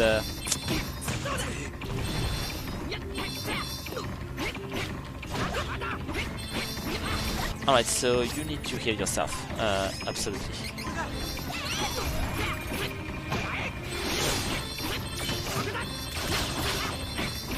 I'm gonna have to ask you to not die. So when you break the hand, it should stop the attack, but the earthquake thing is cast by the main body, so it does not get interrupted. I'm gonna have to get back up to 200%, and then I can do this.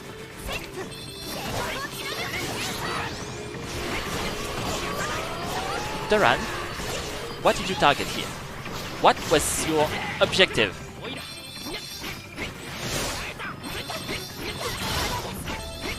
This is gonna work, but this is gonna be a bit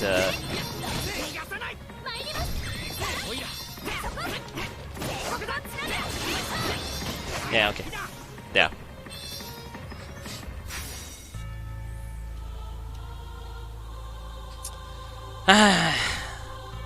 That's a lot of CS that goes in that went into that were wasted in this run. It's really sad. Alright, so last boss before the new class change, we're gonna deal with Dolan, which also can be done in one cycle, but this is way harder to do, and I do not promise you that we'll make it.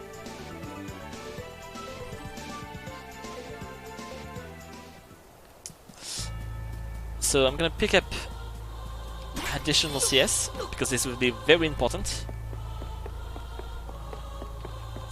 But first we have a very boring dungeon that is long, very long, and not interesting.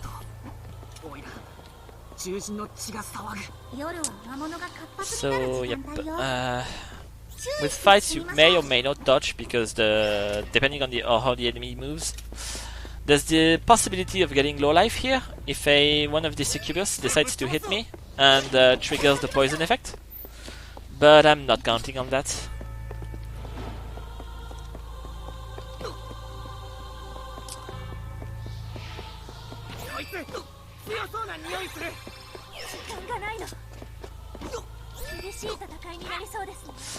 Alright, so on the first part of the dungeon, now we have to go up and down a couple times. No, after this part.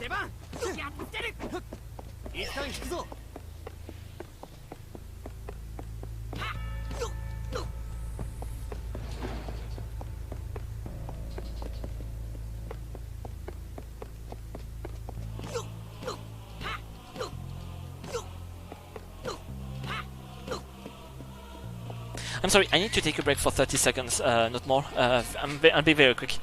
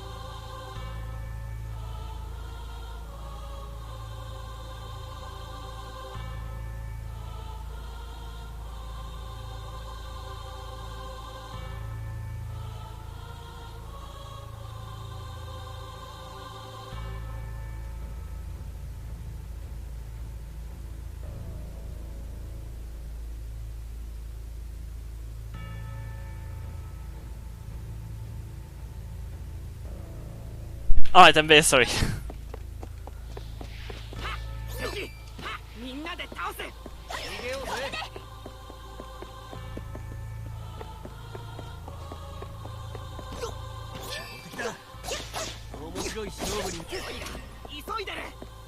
Alright, Duran, can you not get hit that much? That will be fine. Like, I have healing items, but if I could save them, that would be better. Alright, so we're almost out of this dungeon. We just have to pick up the question mark seed around here.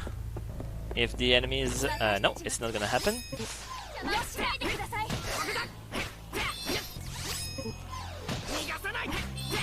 I would really like if you could, thank you, enter the fight room.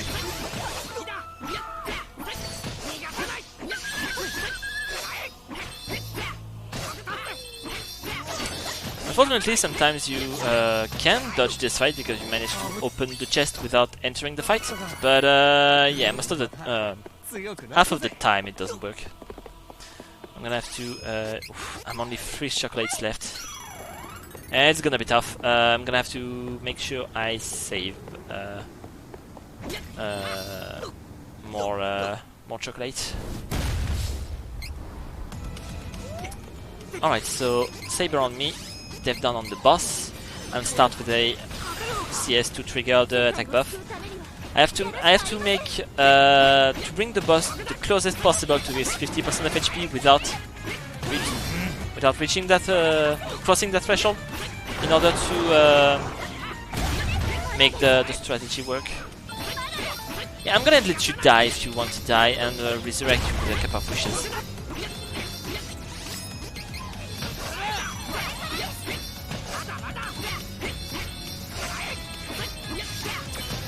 Alright, he's gonna use this graviton thing. So I'm gonna reset the debuff, then ask you to... I want you to do this. Oh, you already did, so do it myself. So he's close enough from 50%, and he's gonna go with charge attack. So now, focus time.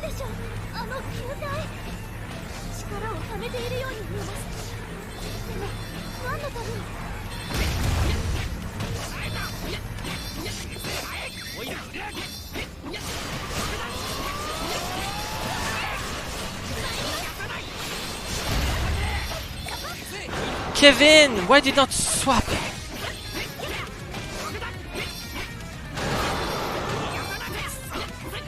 So I was supposed to chain with Kevin CS, so he get locked up, while Riz picked up CS Jar to refill Duran's CS, so he can use another tornado to keep the boss staggered and end the fight. But it did not happen. And here I failed to swap. So he's probably gonna wake up and just go directly into another charge attack. Yeah. Ah, this is the worst.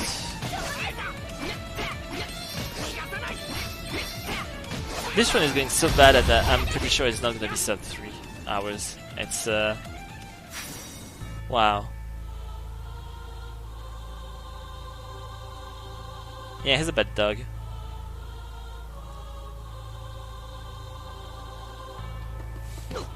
It's really weird because I don't understand why it's just the CS just doesn't comes out. Because if I were pressing too early, I would just end up using the CS without swapping and not doing the combo finisher. And if I were too late, well, I would just do the CS after the power attack. So yeah, I don't understand. So it's just the input doesn't go. So maybe it's my controller. So now this is done, let's move on to the question mark seed things. Planting the 6 seeds, so I get my items, and the Jedi Stag is in last, of course, in the marathon run. Here's the thing. The class change items can be used as item during fights, and they bring buffs and other effects. And the Duelist Stag is a Darkness Saber, which is very useful against once boss. Later. And so I'll have to set it to my ring menu, and because it came last, I'll have to open the... it has not been... well, it's not been sent automatically to my ring menu. I'll have to go to the inventory list. And for the second class change, so Duran is going Dark Light, which is the class called Aelenwa, because that's how he's gonna get a stronger elemental saber. We're gonna have Kevin going with a Dark with a Fatal Fist, because that's where he's gonna deal the most damage.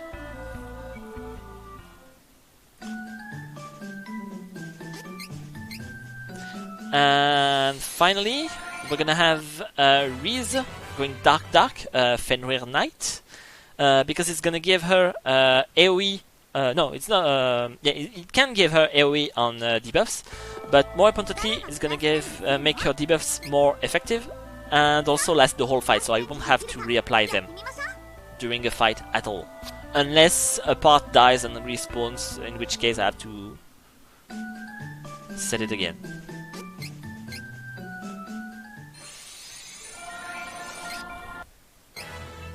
But due to how much strength we give to Riz, we're not gonna have enough to get the AoE debuffs.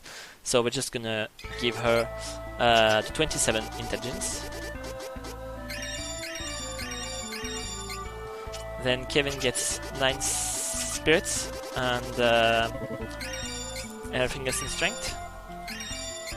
And Duran is gonna get 21 strength for attack Saber 2. And 21 spirit for 2 sabers in AoE. Riz is gonna get super stat down 2 and bonus CS victory damage. Then Kevin is gonna get a thing that gives him more damage when enemies are low life, and he's also gonna get payback 2 to lower his CS. And he never had payback 1 because I messed up. That's pretty good. And now that we're done with that, Duran got attack Saber 2, which gives him another buff on to the damage dealt with when you have sabers on you. And it does stack with the first one, so it's a total of a, I believe it's 40% or 35, not sure. It's around this, even when I'm not hitting a weakness, so it's very, very good. And we're not going to deal with the last of the Benevolence, which is a very fun fight, which will also be the comeback of the best, one of the best songs of the game, High Tension Wire, which was the same song we had against Harsipit. And this boss will do a lot of charge attack, but the blue bar will work a bit differently compared to the others, because usually when you have an attack that deals damage in multiple hits, I mean like the combo finisher of Kevin, usually you have to wait for the last hit. It's the last hit only that deals the damage to the blue bar, but against this boss this doesn't work that way. Every hit will deal damage to the blue bar, so he's gonna get absolutely destroyed. And here we talk to Josephine, because it's gonna shorten a conversation later. So yeah, it's good to do.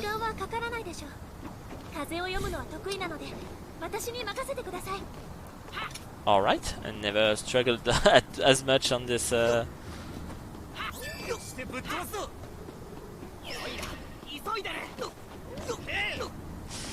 Okay, so I should have a Dream Read left, so I don't need to pick this one up, but I think it was already picked up, so it doesn't matter. And yeah, Vanguard, so the boss, is located in this area, exactly the same place as was Harsipit. And I need the strategy to always attack. I should have done that earlier, unfortunately I forgot.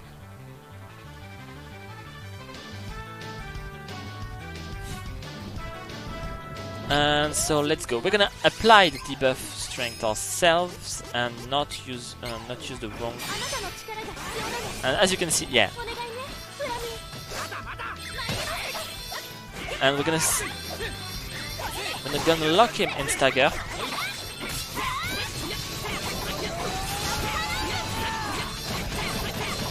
And because he has 2 heads, you can hit both heads at the same time. And this just deals so much damage to him. 1, 2, 3, 4, ta-ta-ta-ta-ta, and he's down. Easiest boss of the game. Even if you don't have the CS, it just goes down. It just goes down so fast. So this dialogue is shorter because we talked to Josephine, and Josephine talked to us about the lost city of Peda, which is where we're going to do because we want upgrades for our equipments. Literally what our characters are looking for. And if you don't speak to Josephine, instead of having a character that says, "Hey, Josephine told us to go here, so maybe we should," instead you have a longer conversation where a character like, "What should we do? We have no idea," and then someone suddenly comes, "Hey, do you remember when we are flying with Flammy? When we saw that weird town under in there lab where things like that?" And so that's how you otherwise get to know about Peta and get told to go there. And I equipped Kevin's weakest weapon because I'm gonna go buy some upgrades, but I don't have enough money to buy everything I need, and I'm gonna have to sell Kevin's current weapon, which is the item, the most valuable item I have. So, and because it was equipped, if I did not unequip it now, I would have to go through the sell menu twice instead of only once. So here, sell equipment. So I'm gonna sell this, this, this, and this should be enough. We're gonna buy the claw and the spear. Thank you, Wishma. Unfortunately, the luck hasn't been our best friend during this run. Got a lot of issue, especially Kevin, especially CS going absolutely everywhere except on bosses. Alright, here's another issue with our current quest, is that we have to kill the darkness benevolent, but we don't know where it is, because the mana stone, we've been told, has disappeared long ago. So being in this weird town, in this town that is somehow everywhere in time at the same time, we... Can you speak to the NPC? Thank you. We managed to learn that the Mana Stone of Darkness was located in the Night Cavern. So we're not gonna go through the Night Cavern, which is pretty much the start of the final dungeon of the game.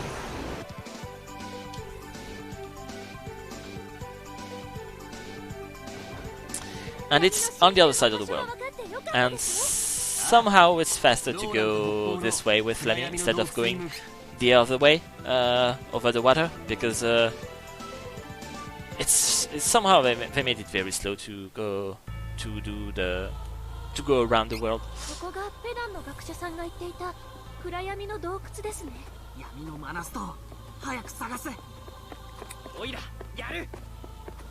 Alright, so avoiding fights here is not that hard, unless for the imps if they don't want to be skipped.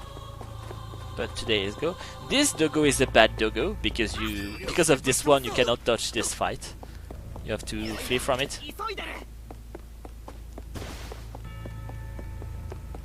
And the ghost here can move on our way, which will make skipping the fight impossible, but this went fine. And we're gonna do another day-night cycle skip by using the Dream Read here and entering the cutscene. Alright, so here's Zabelfa. This is two creepy heads that we have to deal with. And they are very easy to kill. This is a very easy boss, you see. There's nothing very...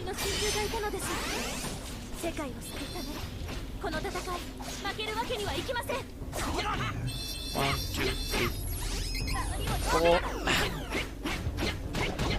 I also need to remember to use the right combo. And I want you to... No, it's too early. It's gonna defense down whatever the thing it is. And I'm gonna have to ask Reese to do defense down on this and this.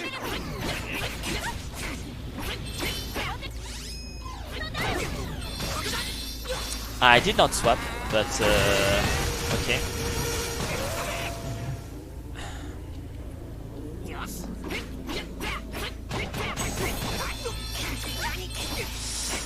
So unfortunately this boss has a lot of AoEs.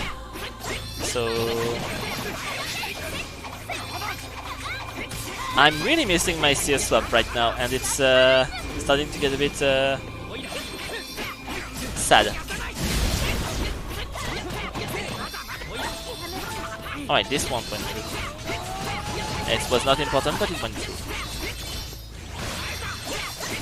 If you're not fast enough, she's gonna revive the side heads, and it's gonna make the fight last way longer, because she will become invulnerable and start casting a charge attack that you have to deal with before being able to kill her. But this went well, so now we're gonna go with max strength for you and 27 spirit for you. So we're pretty much set for training right now. Well, maybe gonna add a few strength later, but it won't matter that much.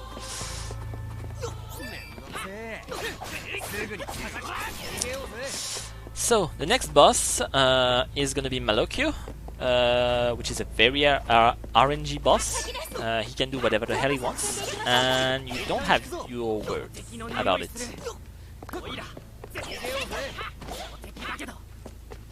There's a couple of fights you have to escape from. Here you cannot see, but there's 2 ninjas, so you have to get into this fight. But I want to pick up this, so I can get additional CS, because I need Reese to be as close as 300% as she can, because we want to lock this boss. Okay, so I want you to do Earth, and you to... you're gonna have to wait a bit. Oh.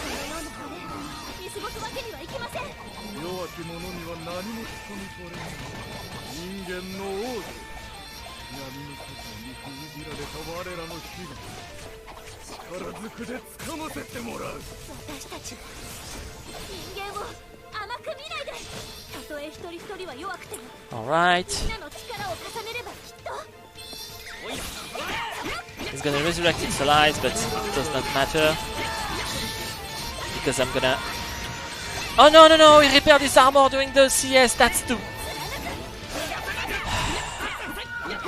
Because the allies were up, the succubus can repair the armor of Malokyo. And of course when you hit an armor, you deal 10% of the normal damage.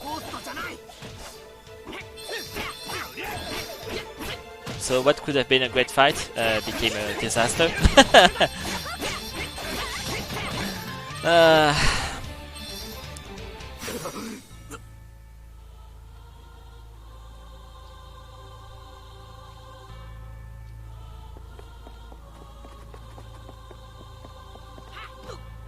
Well, you have to, because you want to...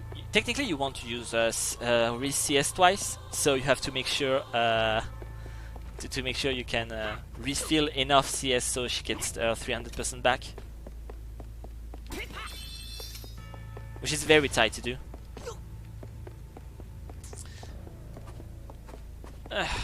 Come on.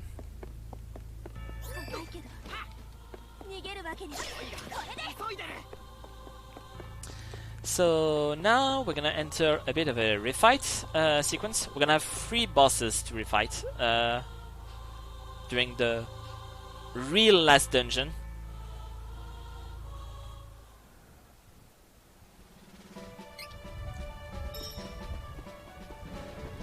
So here's the Darkness Castle. Oh yes, yes, they did. It's because of Sika's run. I don't know if you watched it. The 2 hours 38. It's an amazing run. Absolutely that use absolutely stellar strats that are absolutely jaw dropping. So here to continue past the first area, you have to extinguish the fire, which are done by using these levels on the 2 sides of this area. So we did extinguish one. We have to do with the others now on the other side.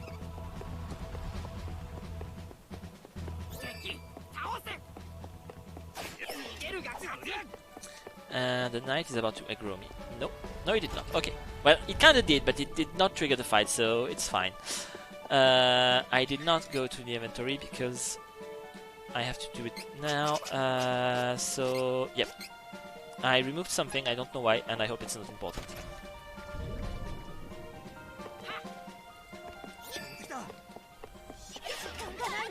Let's just check. No, nothing important has been removed. Okay.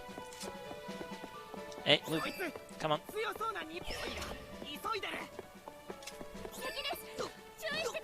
This area is very annoying because you can see the small things on the wall. Their hitbox is bigger than they are, so you often get stuck on the wall, trying to cut the corners.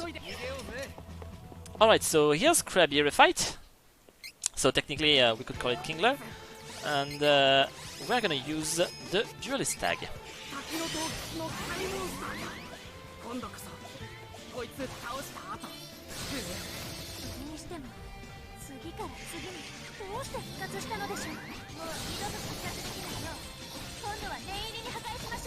Oh, this did not go through, that's why the boss managed to shoot its laser.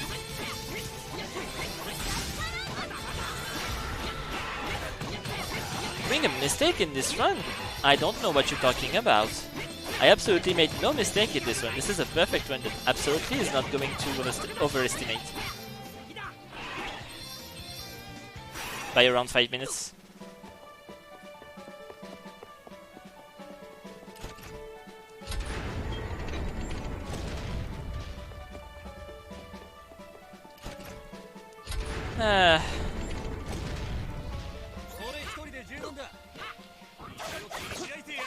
But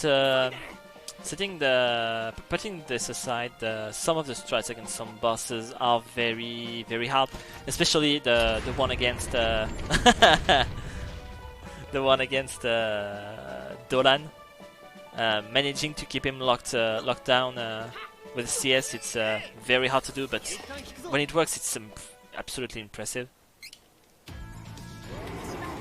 Alright, so this and watch her.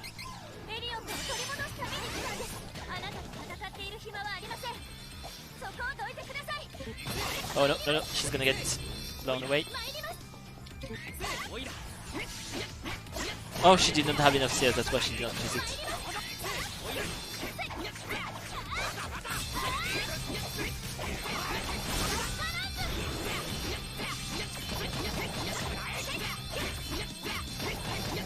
Alright, this boss is done.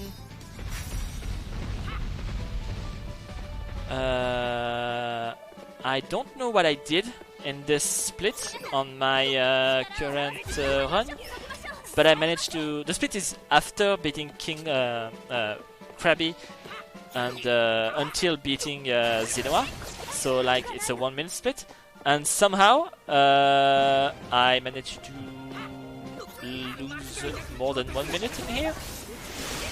So I'm really not sure what I did, but it was very bad.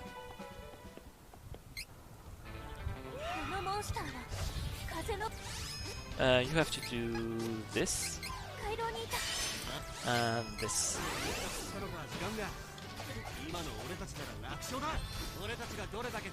You could not do this.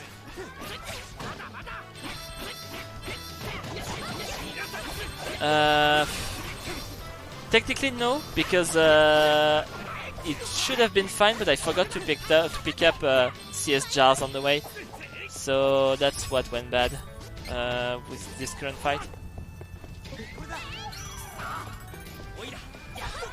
Yes.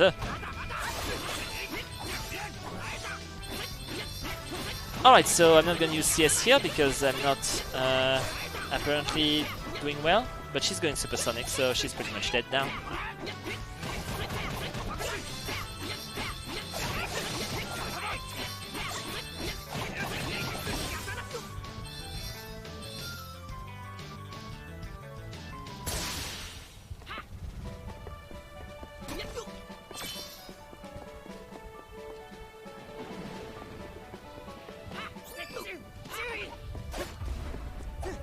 Yeah, because you use it early enough in the fight, it's fine, because Aelenwa drops a lot of CS when you smash him. And we're not gonna be overestimated by as much as I thought. Maybe it's still sub 3 hours, so get ready for that. And you're gonna do this.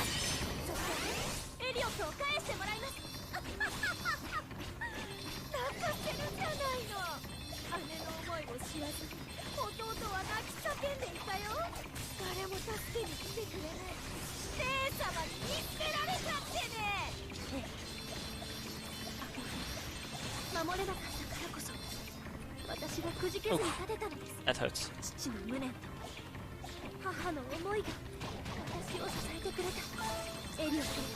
I'm gonna do that because I didn't want to die, and she's gonna use a very dangerous attack, but she's dead.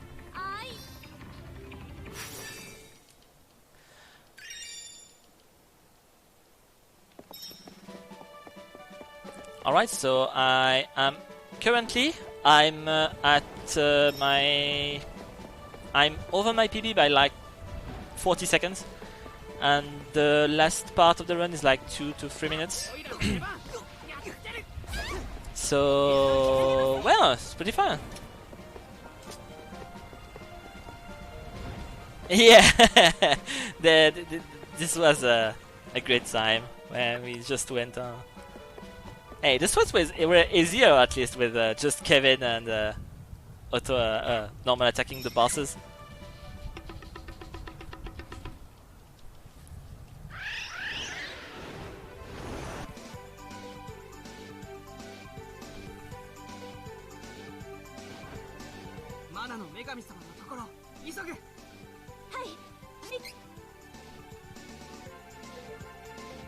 Yeah, thank you for the compliment. It's I wanted to play at least a bit better because my I did want to PB, but sure I wanted to PB, but my PB is bad, so I was expecting at least like 30-second PB, something like that. But I suppose that not getting a lot of sleep doesn't help playing better, so so that's that. Alright, so the two last ledge skips of the game. So there's this one.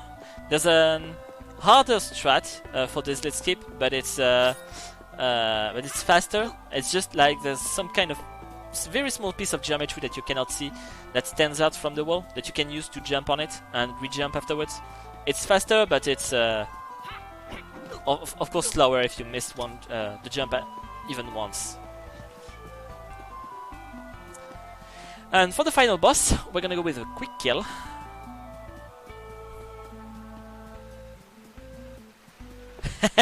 Sure. Yeah, I need to remember that. I'm playing bad on. No one can tell I'm playing bad if I don't tell them. Alright, so final boss, we're gonna go with a quick kill, because skipping the phase change. So I'm gonna focus a bit because I really don't want to mess up this one.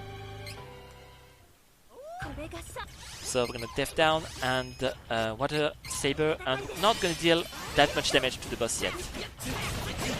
And I have to make sure I do not die because that could be bad, and break the CS. Charles. Kevin, run. I don't want to. He's gonna send 3 waves of big spells like that. And you have to make sure your characters do not die to that. And once you see change element, you got to see a swap.